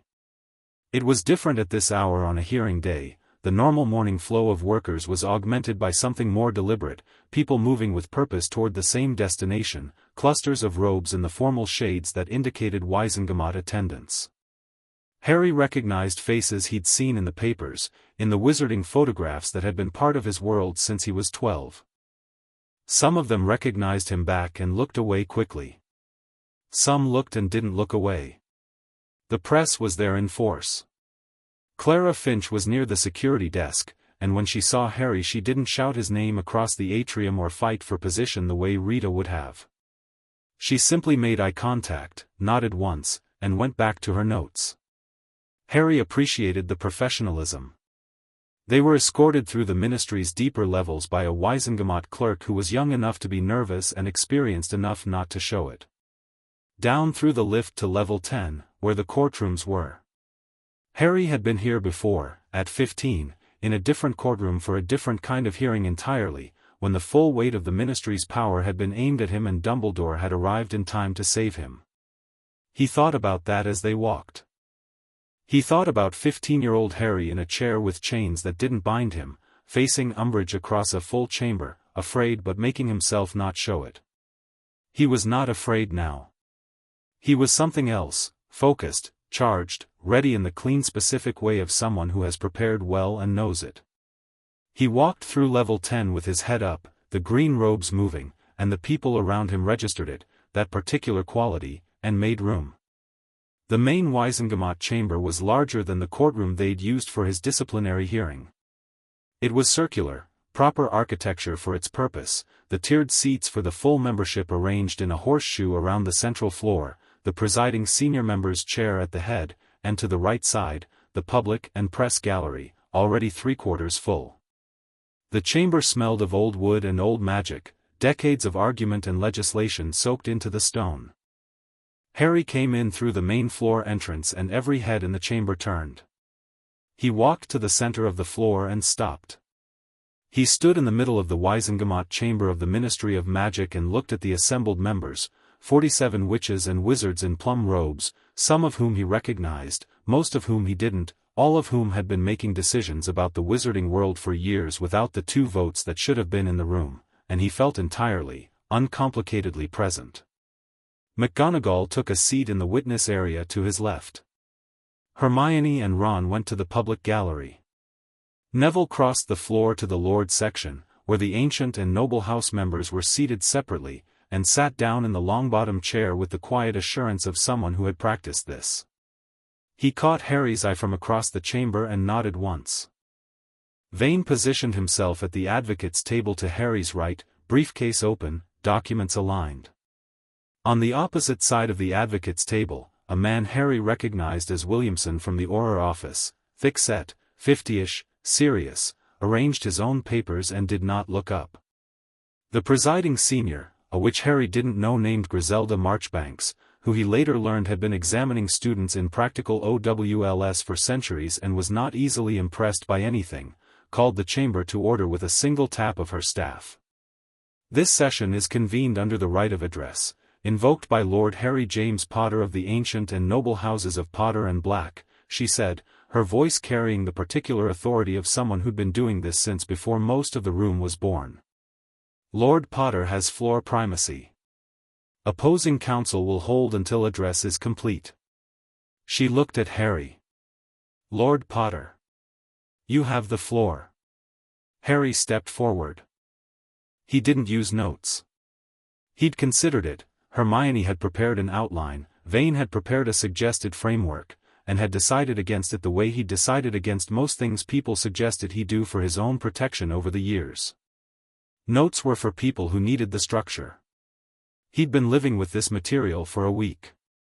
He knew it the way he knew defensive spells, not from revision but from the place in the brain where things become instinct. I want to start, he said, with a date. July 31st, 1991.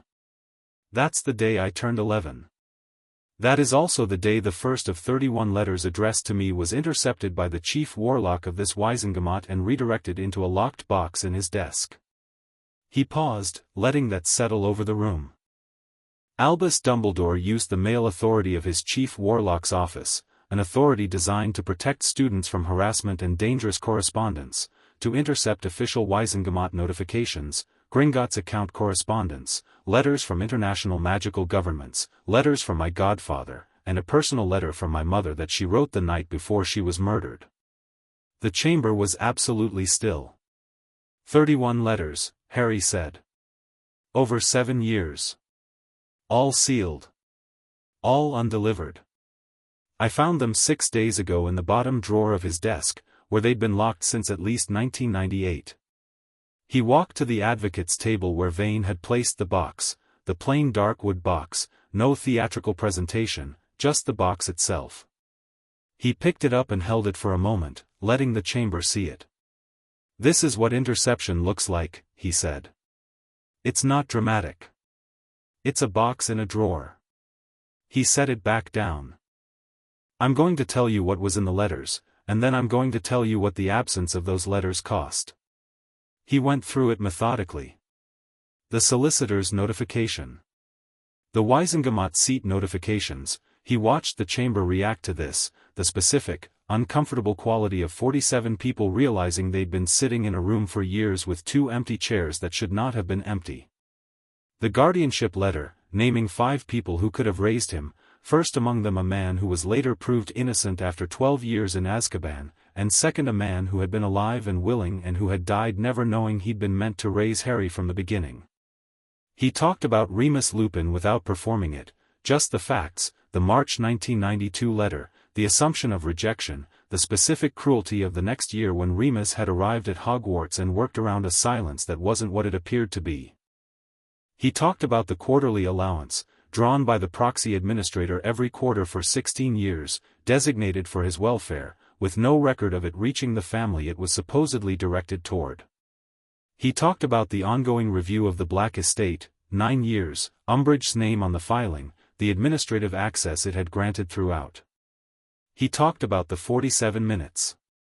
When Gringotts filed the charter instrument claim at approximately 2 in the afternoon last Tuesday, he said, the Department of Magical Finance had a freeze order filed, signed, and delivered by Owl to both Gringotts and myself by 2:47. 47 minutes. From notification to counterfiling. In 47 minutes, someone had identified the threat, drafted the legal response, obtained a signature, and dispatched it. He looked around the chamber slowly. That is not a standing protocol for unusual filings. That is a prepared response. Someone was watching for this exact event, had a document ready, and moved the moment it happened. He paused. That person knew the charter instrument would be filed because they knew the ongoing review was vulnerable. They knew the ongoing review was vulnerable because they had built it. And they had built it because they needed it to remain in place. He let the silence sit. The consequence, he said, of my absence from this chamber, my absence, which was not accidental, is not merely my own deprivation. I want to be clear about that. What was taken from me, personally, is documented and I am in the process of recovering it. That is my business and I will attend to it. What concerns this chamber is the 11 votes that occurred in my absence at margins narrow enough that my 2 seats would have changed the outcome. Vane stood and distributed the legislative analysis, Hermione's work, organized and clean, a copy to every member. Most significantly, Harry said, as the papers moved through the chamber, the creature classification reform vote of 2003. Failed by 1 vote. My 2 seats would have passed it by 1. That vote would have given house elves and other classified creatures the right to voluntary contracts and wages. It failed. He looked around the room. I want the chamber to understand that this is not abstract. There are people and creatures in the wizarding world whose lives would be materially different if I had been seated. The decisions made in this room in my absence were not made in a vacuum. They had consequences. The interception of my correspondence and the suppression of my legal standing had consequences for people who have nothing to do with me and who never received any explanation for what happened to them. He reached into his jacket pocket and produced a single sheet of parchment. My colleague has collected testimony from 7 families who experienced DMLE resident searches conducted under the Auror Oversight Reform Bill of 2001. That bill passed by 1 vote. My 2 seats would have defeated it by 1. 7 families, primarily Muggle-born, subjected to early morning searches, their homes gone through, their children frightened, and nothing found because there was nothing to find, because the searches were not about finding anything, they were about a bill that should not have passed and which passed because I wasn't there. He set the parchment on Vane's table. Alice Ogden Park, a healer at St. Mungo's, experienced one of those searches in 2002. She has provided written testimony, which I am entering into the formal record. He looked at the presiding senior. I am not here to relitigate every vote.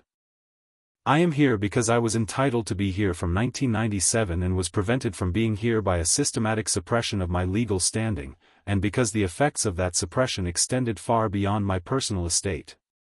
I am claiming my seats formally, today, in this chamber, as I should have been able to do 9 years ago. I am asking this chamber to formally acknowledge the documentary record and to enter it into the official Wisengamot archive. He paused.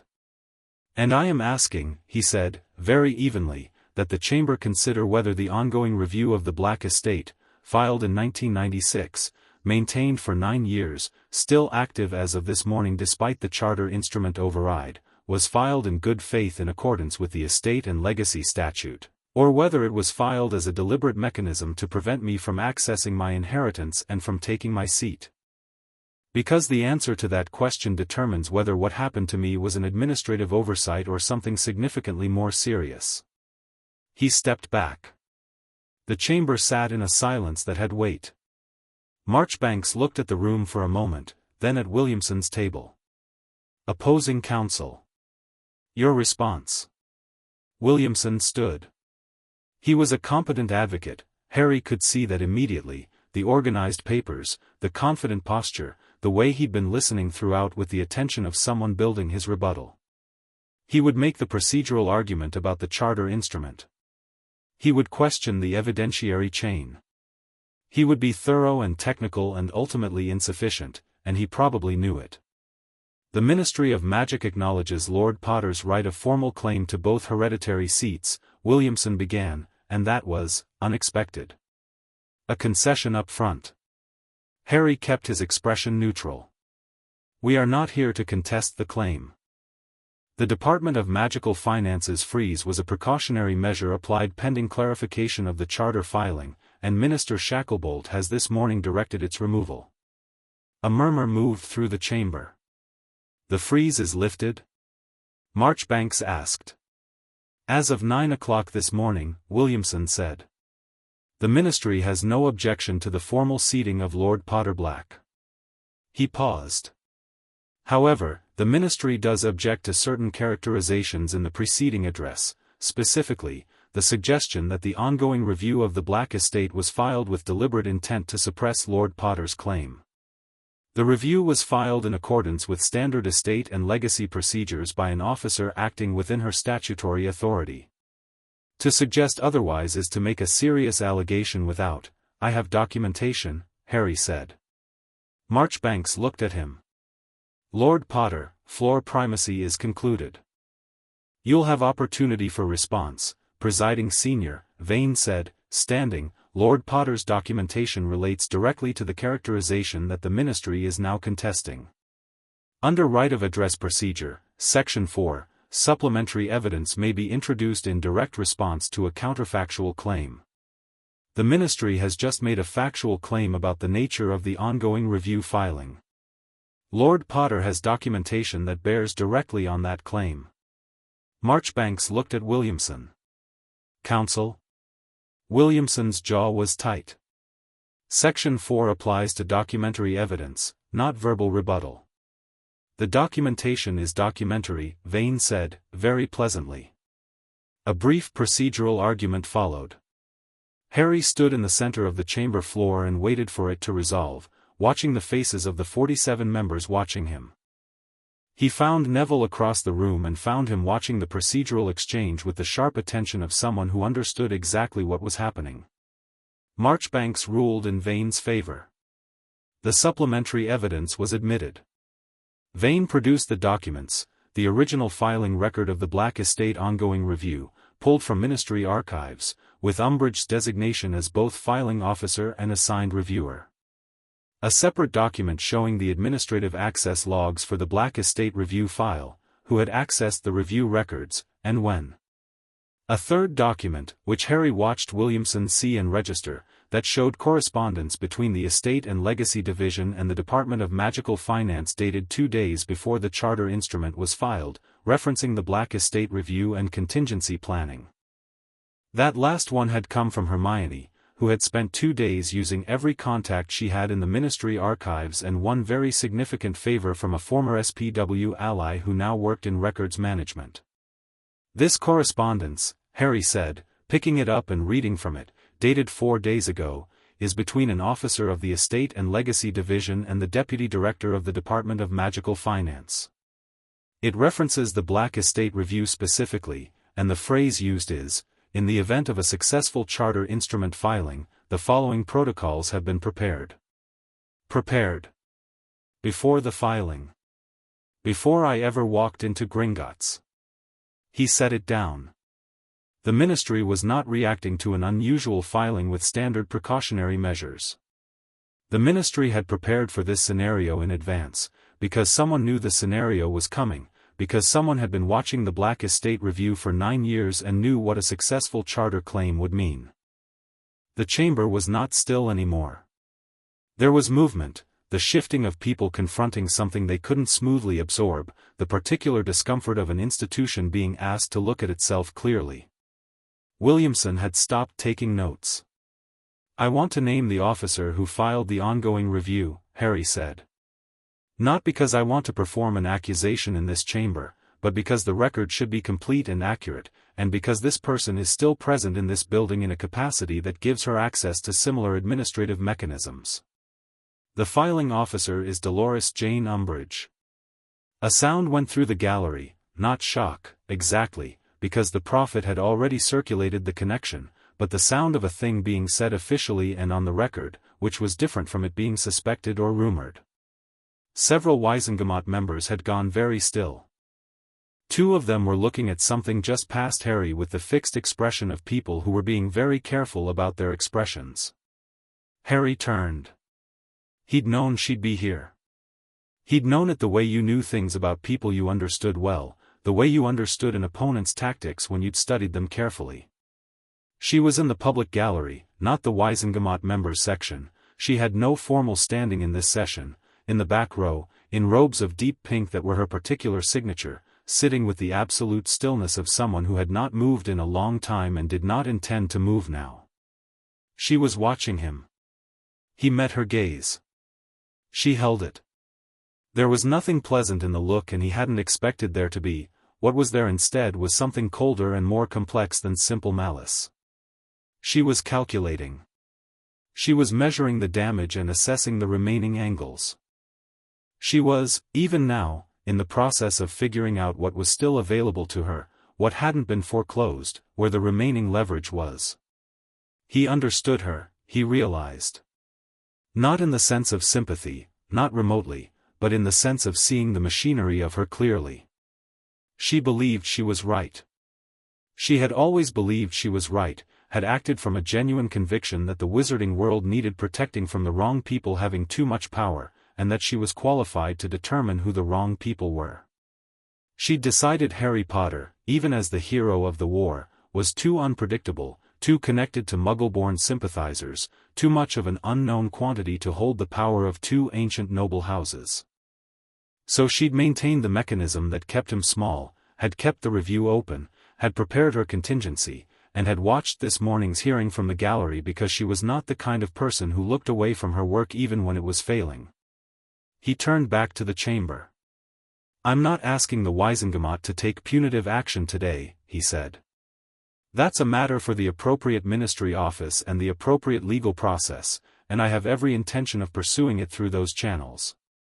What I am asking for today is specific, formal acknowledgement of my seats, formal entry of the documentary record into the Wizengamot archive, and a formal resolution instructing the relevant ministry departments to conduct an audit of all votes held between 1997 and today at which the Potter and Black seats were unrepresented, with a view to identifying remedial legislative action where appropriate."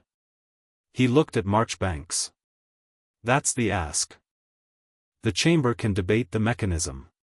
What it cannot debate, I would suggest, is the fundamental fact, which is in the documents, all of which are now in the formal record, that I was entitled to be here, was prevented from being here, and that the preventing was not accidental." He stepped back. He was done. The chamber took 30 minutes of procedural debate to produce what Marchbanks acknowledged was an unusual pace for a full session. Harry sat in a chair that had been brought to the floor for him. The ancient house chairs were occupied by their holders in the Lord section, but the presenting member at a right of address typically stood throughout. Marchbanks had made the offer of a chair about 20 minutes in with the brief explanation that she'd been presiding at these sessions for longer than the ministry had existed and had opinions about unnecessary discomfort, which Harry had found he liked her for. He watched the debate from the chair. He watched the members who were comfortable arguing, the ones who were clearly uncomfortable and hiding it, the two who left briefly and came back looking like they'd had hurried conversations in the corridor. He watched Neville in the Lord section across the chamber, seated straight, voting for every motion Harry's case required with the clean economy of someone who had decided and was not revisiting it. The freeze was formally acknowledged as lifted. Unanimous. The documentary record was formally entered into the Wizengamot archive. 43 in favor, 4 abstentions. No opposing votes, which Harry noted was itself a kind of statement. You could refuse to affirm something, but refusing to oppose it in public was a different calibration. The audit resolution, the request for a formal review of all votes held during his absence and consideration of remedial legislation, produced the most debate, because it had the most real-world implications. It passed by 31 votes to 12, with 4 abstentions. 31, Harry thought, and almost smiled. The formal seating of Lord Harry James Potter of the ancient and noble houses of Potter and Black was the last motion, and it was the one that mattered most structurally. Marchbanks put the question, and the vote was 38 in favor, 5 abstentions, 4 opposed.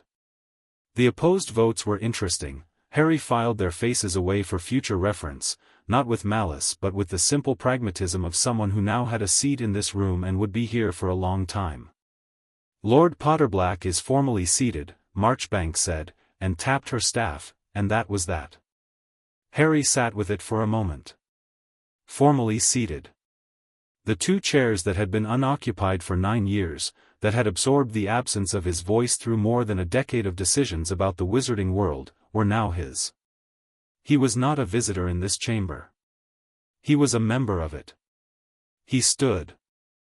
After the session formally closed, the chamber became the particular controlled chaos of post-hearing conversation, members gathering in clusters, press moving toward anyone who'd speak to them, clerks collecting documents. Harry stood on the chamber floor and let it happen around him, spoke to the people who came directly to him with direct questions, directed others to Vane for the legal specifics. Neville appeared at his shoulder. "That thing with the contingency correspondence," he said quietly. "How did you get that?" "Hermione," Harry said. Neville nodded, with the expression of someone filing a fact about Hermione Granger that they probably already had filed. "She's going to end up running something important," he said. "She already does," Harry said. "She just doesn't have the title yet." Kingsley found him near the chamber's side exit, moving through the thinning crowd with the particular deliberate pace of someone navigating toward a specific destination without wanting to appear to be doing so. He looked tired. The hearing had clearly not been a comfortable morning for him, but also, underneath the tiredness, something that might have been relief. "That was," he started. "Don't call it remarkable," Harry said. Kingsley looked at him for a moment. Then, quietly, "You had the contingency correspondence. The pre-prepared freeze protocol." "Yes," Harry said. "If that document is authentic, it is." "Then there are implications beyond the estate freeze," Kingsley said carefully. "If a ministry officer was maintaining a 9-year review for purposes of suppressing a lawful claim and pre-preparing legal responses to a charter instrument filing," he paused. "That's not procedural irregularity, Harry. That's malfeasance." "I know," Harry said. "Vane is building the formal complaint. It will be filed through the appropriate channels." He looked at Kingsley. "I told you I wasn't going to let this move quietly through administrative channels." "I remember," Kingsley said.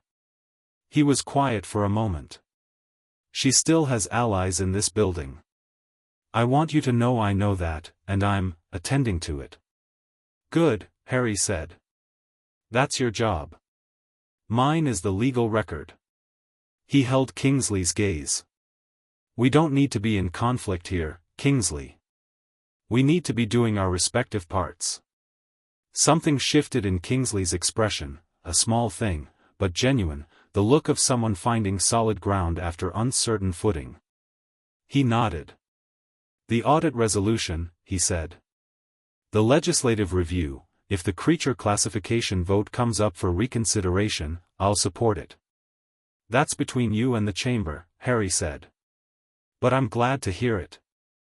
He turned toward the chamber exit and nearly walked into someone who had materialized from the direction of the gallery, which meant they'd come down from the public section to the floor level, which technically required a clerk's authorization, which suggested either they had authorization or they were the kind of person who walked past authorizations without breaking pace.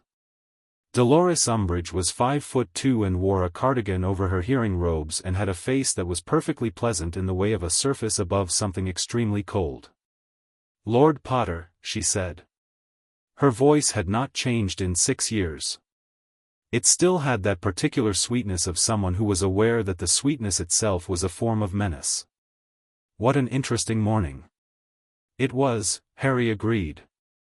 "You've been very thorough," she said. "I'd expected something rather more emotional, frankly. You were always rather emotional as a boy." "I was 15, Harry said. "I've had time." She looked at him with those pale eyes. He looked back. Behind him he was aware of Vane approaching, and of the press gallery's attention shifting toward this specific corner of the room, and of the fact that this conversation was being observed by approximately 60 people. "The contingency document," she said, very pleasantly. "The correspondence from the Estate and Legacy Division. I'm sure you're aware that a document's presence in ministry archives doesn't necessarily authenticate it.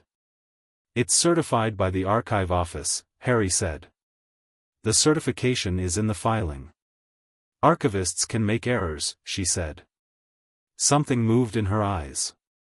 Just a flicker, just the shadow of a recalibration. Then the pleasant expression recomposed itself, seamless and practiced. "You've grown up," she said. That happens, Harry said. Your father, she said, and the word was very precisely placed, a small test of something, was also rather direct. I found it wearing. Harry looked at her for a moment. He thought about the blood quill, the detentions, the educational decrees, the registration commission. He thought about everything she was and everything she'd done. He thought about the 9-year review and the 47 minutes and the 11 votes and the 7 families. I'm sure you did, he said. He held her gaze until she was the one who looked away, just slightly, just for a fraction of a second, and then he walked past her toward the chamber exit where Vane was waiting. He heard her heels on the stone behind him, moving in the opposite direction. She'll be out of the building within the month, Vane said quietly, as they reached the corridor. I know, Harry said. They took the lift up, Vane and Harry and McGonagall, who had appeared silently at his left shoulder somewhere between the chamber floor and the exit, as she tended to do. In the lift, going up through level 10, 9, 8, the brass indicator moving, the cable humming, the three of them were quiet for a moment. 38 votes, McGonagall said. For the formal seating. 38, Harry confirmed. For opposed, she said. I'll want to know who they are. I have their faces, Harry said. Of course you do. She paused.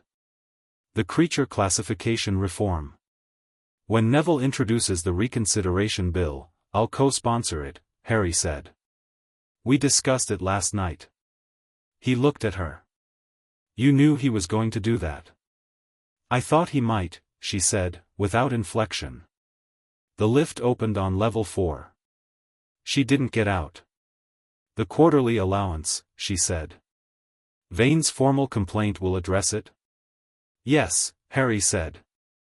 There's a separate filing, the estate accounts from Gringotts, the withdrawal records, the absence of any corresponding deposit into the Dursley family's Muggle accounts, which Hermione cross-referenced through the Muggle Financial Records Office at the Ministry. The allowance was withdrawn. It didn't reach the Dursleys. Where it went is a separate investigation. McGonagall looked at the lift's brass ceiling. 16 years, she said quietly. Every quarter. Every quarter, Harry said. The lift reached level 1. The doors opened. Harry looked at the long corridor of level 1, the thick carpets, the 2 gold light, the Sirius doors of the minister's office and the offices around it, and took a breath. I need about 20 minutes, he said, to both of them, and then I'd like to go back to Hogwarts. McGonagall looked at him. 20 minutes for what? I want to go down to the records office, he said, and formally request the full file on the proxy administratorship. Not just the documents Vane already has, the complete Wizengamot estate oversight file. Everything. I want it formally requested by me personally, in writing, on the record, today. He paused. And I want to do it while the session is still fresh and the room is still paying attention, so the request is documented and dated and anyone who might be thinking about tidying up files has already run out of time to do so. Vane looked at him with professional appreciation. That is very sensible. I've learned a few things, Harry said, about not leaving gaps. He walked toward the records office, and the ministry moved around him in its ordinary afternoon rhythms, and 47 members of the Wizengamot were sitting with the morning session, and somewhere in this building Dolores Umbridge was walking toward whatever came next for her, and in the press gallery Clara Finch was composing tomorrow's front page, and in the Wizengamot archive the formal record was being sealed with the documentary proof of everything that had been done and everything that could now be undone. Harry walked down the corridor and the ministry paid attention, and he was 2 seats larger in the world than he'd been this morning, and the walk felt exactly right. Chapter 6, Estate of the Matter. 3 weeks after the hearing, Harry moved into the Bloomsbury flat. Not because he had to, the Islington flat still had 2 months on its lease, and he'd grown fond of it in the particular way you grew fond of the first place you'd ever chosen entirely for yourself. But there was a difference between fond and right, and the Bloomsbury flat was right in ways the Islington one had never quite been. Garden square out the front windows. High ceilings. A study with bookshelves that ran floor to ceiling, empty and waiting. He spent the first morning there putting up the things he'd brought from Islington, his books, his Quidditch memorabilia, the photograph of his parents from the Dumbledore's army album that Hermione had given him in 5th year, and the photograph of him and Ron and Hermione at the Burrow the summer after the war, slightly blurred where someone had nudged the camera, all three of them laughing at something just past the frame. He put that one on the mantelpiece.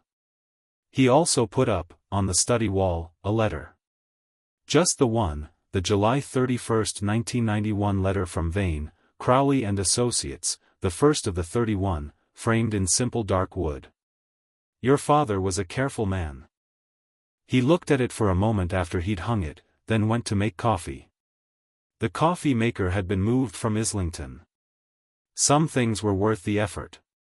He'd been busy for 3 weeks, and the busy had a different quality from the busy of the Auror training period or the busy of the immediate post-war reconstruction, when everything was crisis management and grief operating under crisis management's name. This was forward-moving busy. The kind that built something. Vane had filed the formal malfeasance complaint against Umbridge 6 days after the hearing. It had gone to the Department of Magical Law Enforcement's Professional Standards Division, which caused a brief procedural concern about whether a division of the DMLE could investigate a former senior officer of the same department, until Vane had cited 3 precedents establishing that professional standards operated independently of departmental hierarchy by design. The investigation was underway. Kingsley had confirmed it personally, through a letter that was careful in its language but clear in its direction. It was being taken seriously, at the appropriate level, by people who understood its implications. 3 days after that, Umbridge had been placed on administrative leave pending the investigation. She was not in the building anymore. She was, apparently, at home in her flat in Mayfair, and Harry had no feelings about what she did there as long as she stayed away from any administrative mechanisms that could affect anyone else. The contingency document had been verified. Document certification, sender metadata, file creation timestamps, all of it authenticated by the Unspeakables Verification Division, whose report had been released publicly as part of the ongoing investigation file. She'd prepared the freeze response 2 days before the charter claim was filed. The verification made that indisputable. Williamson had stopped defending the ministry's position on the ongoing review almost immediately after the verification report landed, issuing a statement that the Department of Magical Finance had acted on information provided by the Estate and Legacy Division and had no prior knowledge of the review's origins or intent. Whether that was entirely true was something the investigation would determine, but as a tactical retreat it was fairly complete. The legislative audit, the formal Wiesengemot review of all votes held during the period Harry's seats were unrepresented, had begun the week after the hearing. It was going to take months, Hermione estimated, possibly longer, but the mechanism was in place and the calendar was moving. Neville had already introduced the creature classification reform bill as promised. It had its first reading 4 days ago, with Harry as co-sponsor, and the public response had been interesting. Not uniform, but engaged, which was better than indifference. The Prophet had run an editorial in favor. Several large wizarding employers had come out against it, which had surprised nobody. Harry had thought about that. He'd sat with it carefully, the way he sat with anything involving Dumbledore now, not rushing, not performing equanimity, just actually thinking about it. The Order had saved lives. Had fought the war. Had been funded somehow during years when official support was unavailable, and where that funding had come from was something he'd never questioned at 15, 17, because you didn't think about the logistics of war when you were inside the war. The money taken from his estate might have bought safe houses. It might have funded the communication network. It might have paid for things that kept people alive. It was still his money. Taken without his knowledge. Used without his consent. Whatever it had funded, the decision to take it had not been his to make and the decision not to tell him had been deliberate. He held both those things at the same time without requiring them to resolve into a simpler shape. That was its own kind of progress. He was finishing the coffee when someone knocked. He went to the door and found Hermione on the step, bag over one shoulder, the expression she wore when she'd found something significant and had organized herself around it before coming to tell him. Behind her, Ron, who was eating something from a paper bag and had the look of someone who'd been collected en route. "I found the full draft history of the Auror Oversight Reform Bill," Hermione said, before Harry had fully opened the door. "Not just the final version, the drafts. The committee stage amendments, the internal correspondence between the drafting committee and the DMLE advisory office." She stepped inside, looked at the flat, visibly approved of the bookshelves, and continued without pausing. "The clause about unsupervised searches of Muggle-born and half-blood residences? It wasn't in the original bill at all. It was added in the third committee stage amendment, by a handwritten note from the DMLE advisory office, 3 days before the final vote." She held up her notebook, open to a specific page. "The note is signed." Harry looked at the signature she'd circled. "Umbridge." "Umbridge," Hermione confirmed, with the flat satisfaction of someone closing a very long argument. She drafted the original clause, had it inserted at the last stage, and it passed with no public debate because the amendment wasn't flagged as substantive. It was listed in the session minutes as a minor technical clarification. She looked at Harry. 43 Muggle-born and half-blood families were searched under that clause over 9 years. "I know about the 43, Harry said. "Alice Ogden Park has been compiling the full list." "Alice found 8 more since the hearing," Hermione said. 51 families. She has written testimony from 37 of them." Harry was quiet for a moment. "When the legislative audit gets to that bill, we want all 51 testimonies in the record." "Already prepared," Hermione said. Ron ate the last thing from his bag, looked at the flat with the appreciation of someone who was primarily thinking about which room was the best size for a wizard's chessboard, and said, "The Vane letter looks good up there." Harry looked at it on the study wall. "Yeah," he said. "It does." "We brought lunch," Ron added, producing a second paper bag from somewhere on his person. "There's a place 2 streets over that does exceptional sandwiches and Hermione found it before I did, which she won't let me forget." "I won't," Hermione agreed, already heading toward the kitchen. They ate lunch in the half-furnished flat, sitting on the floor because the chairs were still in Islington, the bags spread between them, and they talked about the creature classification bill and the audit and Neville's committee assignment and a Quidditch game they were apparently expected to attend on Saturday, and it was easy in the way of long friendship and shared purpose and the specific comfort of being in a new place with the right people. Halfway through, Harry's owl, a tawny bird he'd had for 2 years, bought from Elops without ceremony the week he moved to Islington, named James because he'd been 30 seconds from naming him something else and then hadn't been, arrived through the kitchen window with 3 letters. The first was from Vane. Brief, professional, precise. The Gringotts account access had been fully transferred to Harry's direct control, all proxy designations formally dissolved, all 7 properties in the Potter and Black estates had been surveyed by the firm's property assessor and preliminary reports would follow. The Bloomsbury Flats title deed was enclosed, 2 pages of formal parchment with the Potter family seal at the bottom. Harry set the title deed on the floor beside him and looked at it.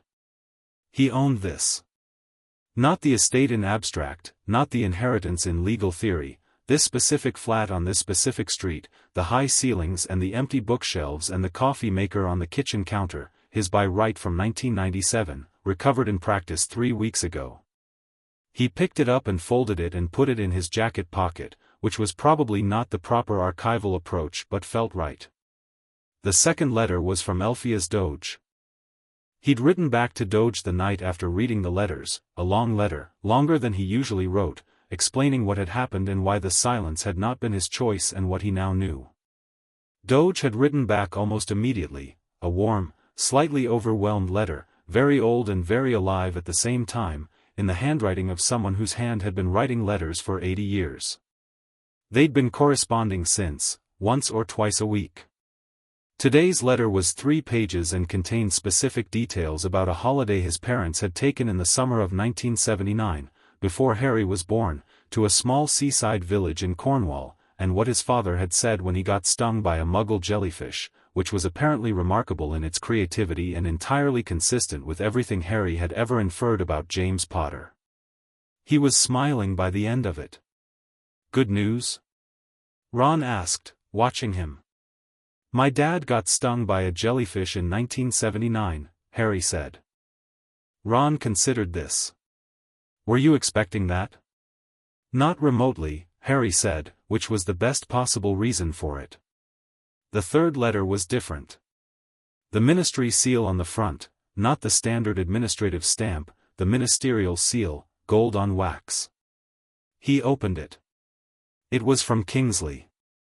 One page, formal but not stiff, the tone of a man who was choosing his words with care because the words carried weight. "Lord Potter, I am writing to inform you that the Professional Standards investigation into the Estate and Legacy Division's management of the Black Estate Review has, as of yesterday, formally referred the matter to the Gringotts Judicial Committee. This is the appropriate escalation given the scope of findings, which include not only the ongoing review filing but associated administrative records indicating deliberate interference with multiple official correspondence channels over a period exceeding a decade. The referral covers 5 specific counts of malfeasance, 2 counts of abuse of official authority, and 1 count of deliberate suppression of lawful inheritance rights under the Estate and Legacy Act of 1823. The subject of the referral will receive formal notification today. Additionally, the full proxy administratorship file has been reviewed by the Ministry's senior legal counsel. A formal inquiry into the management of the Potter estate during the period of custodial administration has been recommended. This inquiry will address, among other matters, the disposition of the custodial welfare allowance over the relevant period. I want you to know that both referrals are being pursued with full institutional support. I will keep you informed. Kingsley Shacklebolt, Minister for Magic PS, for what it's worth, the Creature Classification Bill has 17 co-sponsors as of this morning. I thought you might want to know. Harry set the letter on the floor and looked at it for a moment.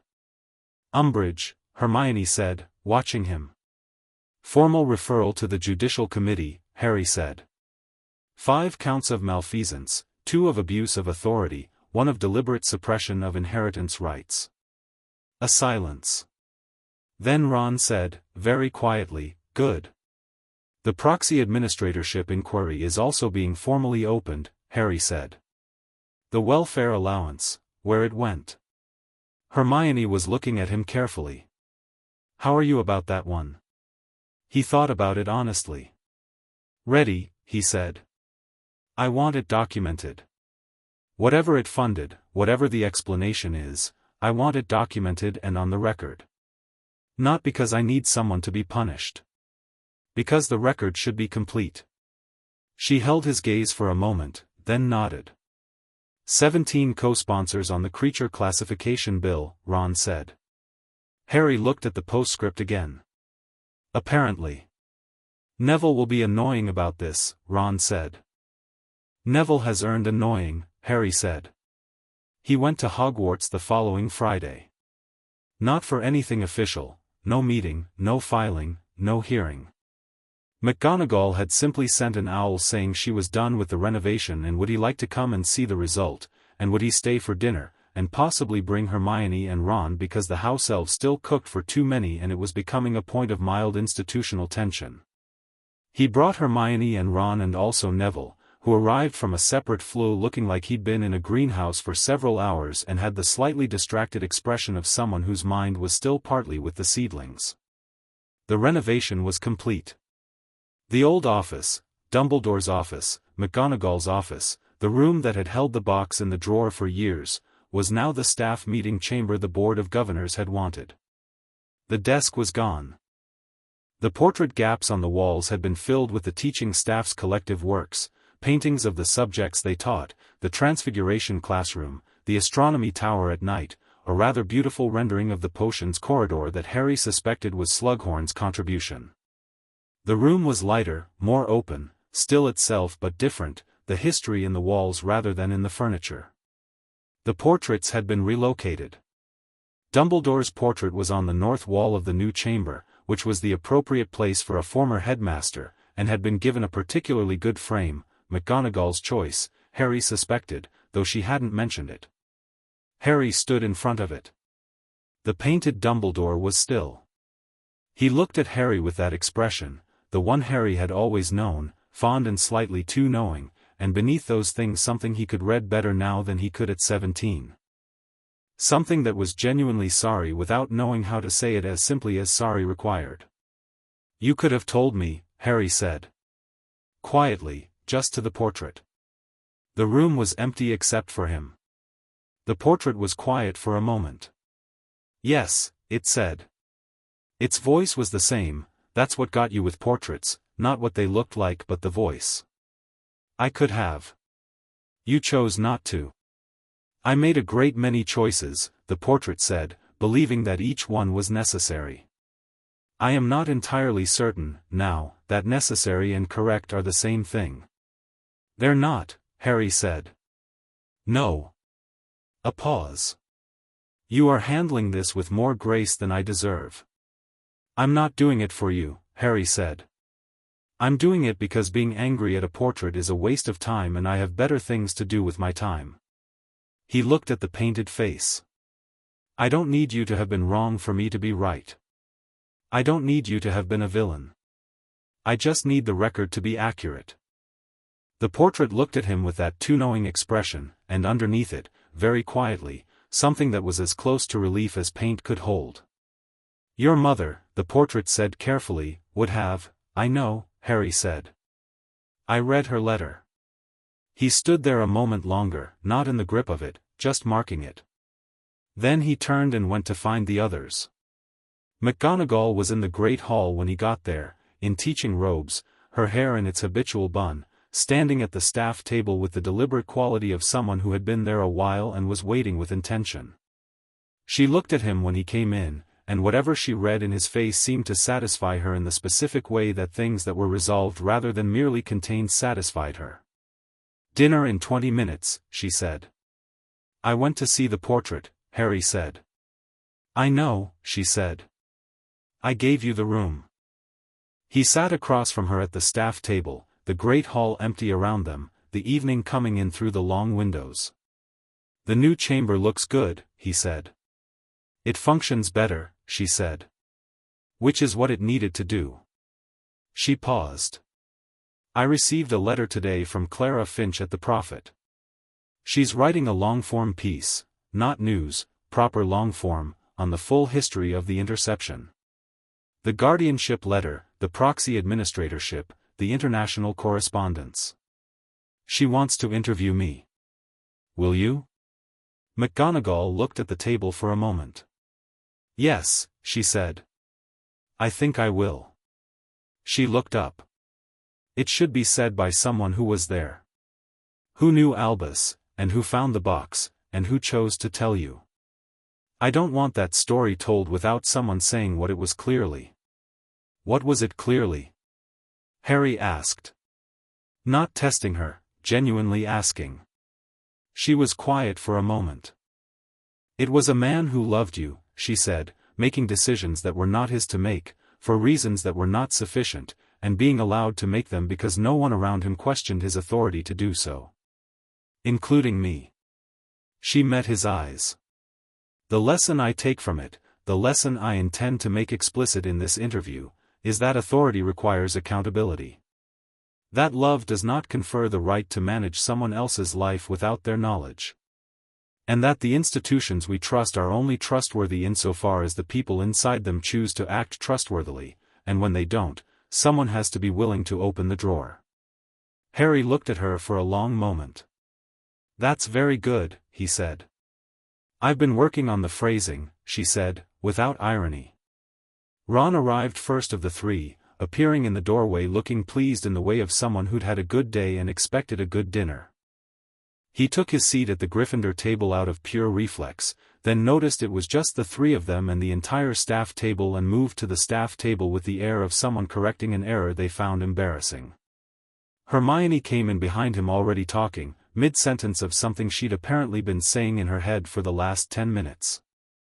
Neville was last, still with the faint traces of earth on his hands, but he'd changed robes and had the organized look of someone who'd had time to be a person rather than a botanist.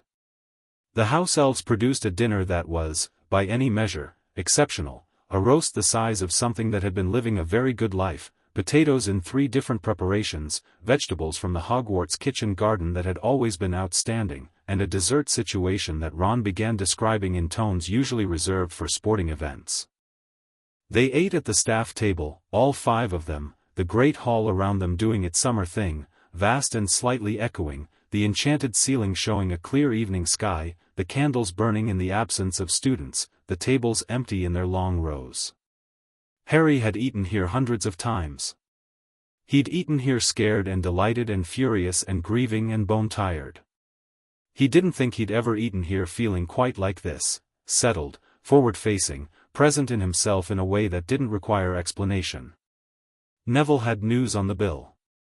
3 more co-sponsors had confirmed that afternoon, bringing the total to 20.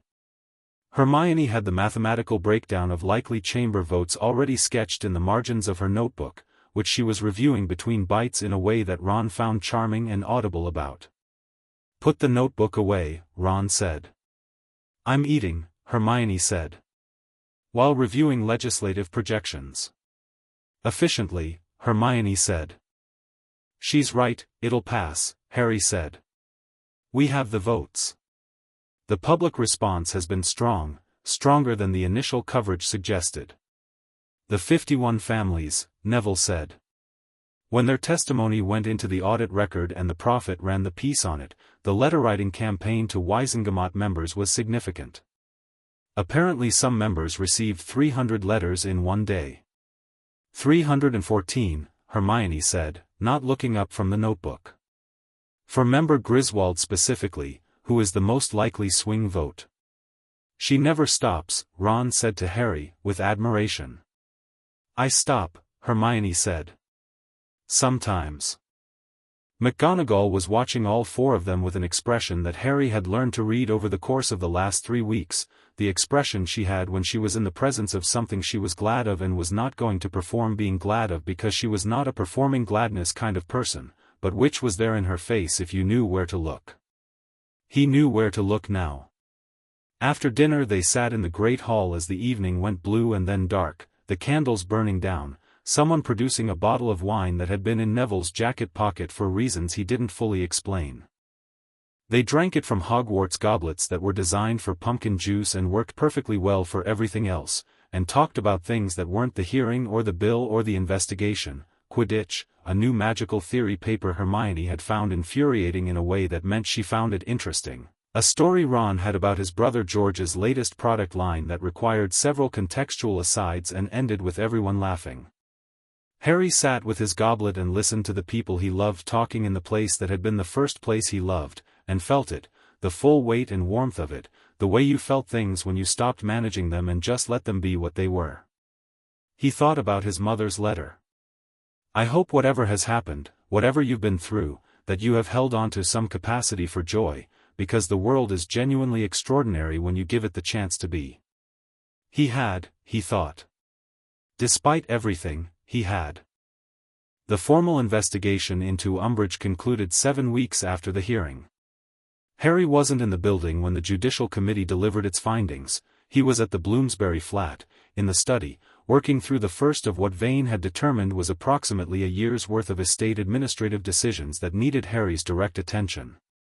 The properties alone required dozens of decisions: what to do with the Wiltshire house, currently unoccupied and in good repair, according to the assessor, the Scottish cottage, which Harry was already thinking about in particular ways, the Godric's Hollow land, which was the most complicated question and which he was not in a hurry to rush, and the Caribbean island, which Hermione had said he should definitely visit before making any decisions and which Ron had said he should definitely take everyone to immediately, and both of them were right in their respective registers. The Potter Manor ruin question was the one he sat with the longest.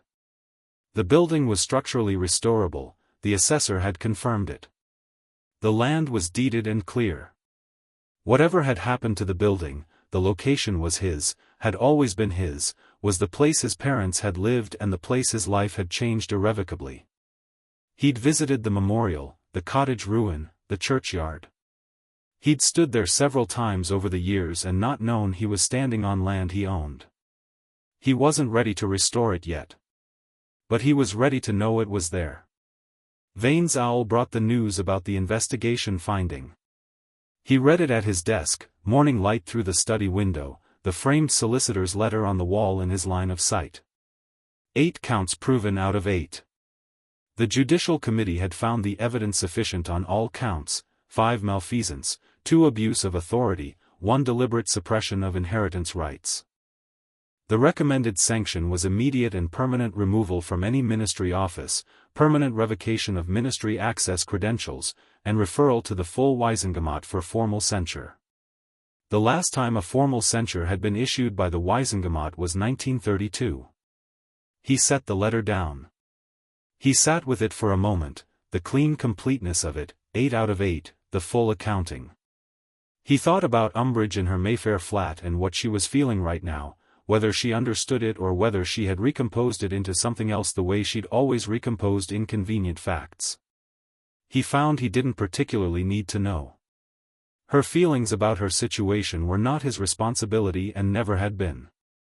He picked up a quill and wrote a brief note to Vane acknowledging the finding and requesting the full committee report for his records. Then he wrote to McGonagall, because she would want to know and because she had been part of this from the beginning and the end belonged to her as much as to anyone. Then he wrote to Neville, because Neville had been in the chamber. Then he wrote to Alice Ogden Park. He wrote, "The Judicial Committee delivered its findings today. 8 counts proven. Formal censure to follow. I wanted you to know, because your testimony was part of what made the full record. What happened to your family is in the official archive now, and the person responsible for the bill that authorized it has been formally held to account. That's not everything, but it's not nothing." He sealed it and gave it to James, who took it with the gravity of a bird who understood the occasion. He went to the Hogwarts storeroom corridor on a Tuesday morning 3 weeks later, alone. He'd told McGonagall he was coming. She'd said she'd make sure the corridor was quiet and had not asked why or offered to come with him, which was exactly right. The corridor was quiet. The portraits from the renovation were stacked along one wall, frames of various sizes and ages, waiting for their permanent homes to be determined. He found Dumbledore's portrait leaning against the far wall, the frame's gilded edge catching the torchlight. He sat down on the floor across from it, back against the opposite wall, and looked at the painted face. The portrait was awake, the eyes open, watching him with that expression that was the same as it always was. He didn't say anything for a while. Neither did the portrait. "The investigation is concluded," Harry said eventually. "I know," the portrait said. "The castle hears things. 8 counts. Yes. The proxy administratorship inquiry is still open," Harry said. "The welfare allowance. Where it went." He looked at the portrait. "Do you know where it went?" The portrait was quiet for a moment. "Some of it funded the Order's communication network," it said. "Safe houses. The Fidelius charm applications are expensive, the ingredients alone, in quantity. Some of it went to support families who had lost income because of their resistance activities." A pause. "I did not think of it as your money. I thought of it as the war's money, available for the war." "But it was my money," Harry said. "Yes," the portrait said simply. "It was." Harry looked at the torchlight on the corridor ceiling, the old stone, the generations of magic in the walls of this place. "You loved me," he said. "I know that. I've always known that. It was real." He paused. "It just wasn't enough on its own. Love isn't a substitute for honesty."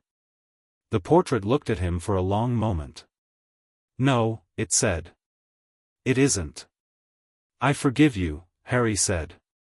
"That's not a performance. I've thought about it carefully and I forgive you, because not forgiving you would mean carrying it, and I have better things to carry." He held the painted gaze. "But I'm also going to finish the accounting. Everything that should be on the record will be on the record. Not to punish you, your paint and memory, you don't feel punishment, but because the truth being documented is the right thing, independent of what you feel about it. The portrait was quiet. I know, it said finally. The voice was careful, something in it pressed down into the bass registers where things lived that were too simple to perform. I know it is. I'm glad you are who you are, Harry. Me too, Harry said. He stood. He looked at the portrait for another moment, the half-moon glasses, the long silver beard, the blue eyes that had looked at him across so many crucial moments, and then he turned and walked back down the corridor toward the main castle, toward the afternoon light coming through the high windows, toward whatever needed doing next. He didn't look back, but he wasn't running either. McGonagall's interview with Clara Finch ran in the Prophet on a Saturday morning 6 weeks after the investigation closed, and it was not what Harry had expected. He'd expected, he wasn't sure. Something careful. The calibrated public statement of a woman who had spent 40 years navigating institutional politics. Something that said what needed to be said while managing the blast radius. What McGonagall had given Clara Finch was none of that. It was direct in the way that McGonagall was direct when she decided that directness was what the moment required and nothing else would do. She described finding the box. She described the specific quality of sitting in Dumbledore's chair and counting 31 letters addressed to Harry Potter. She described the decision she'd made that morning, not the calculation, not the strategic reasoning, just the decision, and what she'd done with it. She was asked whether she considered Dumbledore a good man. He was the greatest wizard of his age and one of the most brilliant minds I have encountered in 60 years of education, she said. He was also capable of a particular arrogance that dressed itself as wisdom, the arrogance of believing that he understood the full shape of other people's lives well enough to make their choices for them. That arrogance cost Harry Potter his childhood, his legal rights, and 31 letters from people who loved him. A good man's intentions do not make those things acceptable, and being capable of both extraordinary goodness and serious harm is, in my experience, the most honest description of complicated people. She was asked what she thought Harry would do with his seats on the Wizengamot. What he always does, she said. Exactly what needs doing, in exactly the way that is required, without asking anyone's permission. She was asked what she would say to anyone who thought the case had been too hard on Dumbledore's legacy. I would say, McGonagall told Clara Finch, that legacy is not a protected category. It is a record. And a complete record is better than a comfortable one, regardless of whose feelings are complicated by the completion. Harry read the interview at the kitchen table in Bloomsbury, coffee in hand, James asleep on the windowsill. He read it twice.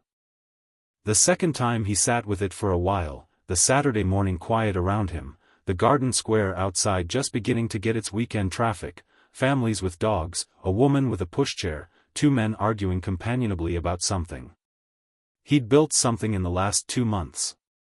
Not rebuilt, because most of what he'd built hadn't existed before, hadn't been allowed to exist, had been systematically prevented from existing.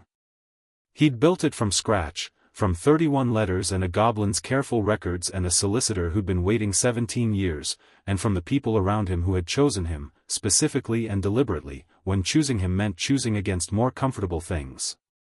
He thought about what his mother had written. Only you are. He thought about Sirius, don't let anyone make you small. He thought about Vane's letter on his wall, your father was a careful man. He picked up his quill and wrote McGonagall a letter. Not long, she wasn't a person who needed length, and what he needed to say didn't require it. Professor, I read the interview this morning. Thank you. For all of it, but specifically for the last answer. Legacy is a record. That's exactly right. The creature classification bill has its 3rd reading next week. I think we have the votes. Neville will be insufferable. I'd like to come to Hogwarts at the end of term when the students arrive. If that's acceptable. I'd like to be there when the first years come in. Harry he sealed it, gave it to James, and opened his window to let James out into the Saturday morning. Then he sat back in his chair and looked at his flat, his study, his bookshelves beginning to fill, his framed letter on the wall, the photograph on the mantelpiece of 3 people laughing at something just outside the frame, and felt the particular, uncomplicated pleasure of a life that was, at last, genuinely his. The reply came that afternoon, by Hogwarts Owl, a single line in McGonagall's precise handwriting: "You are always welcome at this school. You always have been. Professor McGonagall, Minerva." The parenthetical was new. He looked at it for a moment, smiling. He went back to his estate documents. There was work to do, and it was good work, and he had time for all of it. He had, finally, all the time in the world.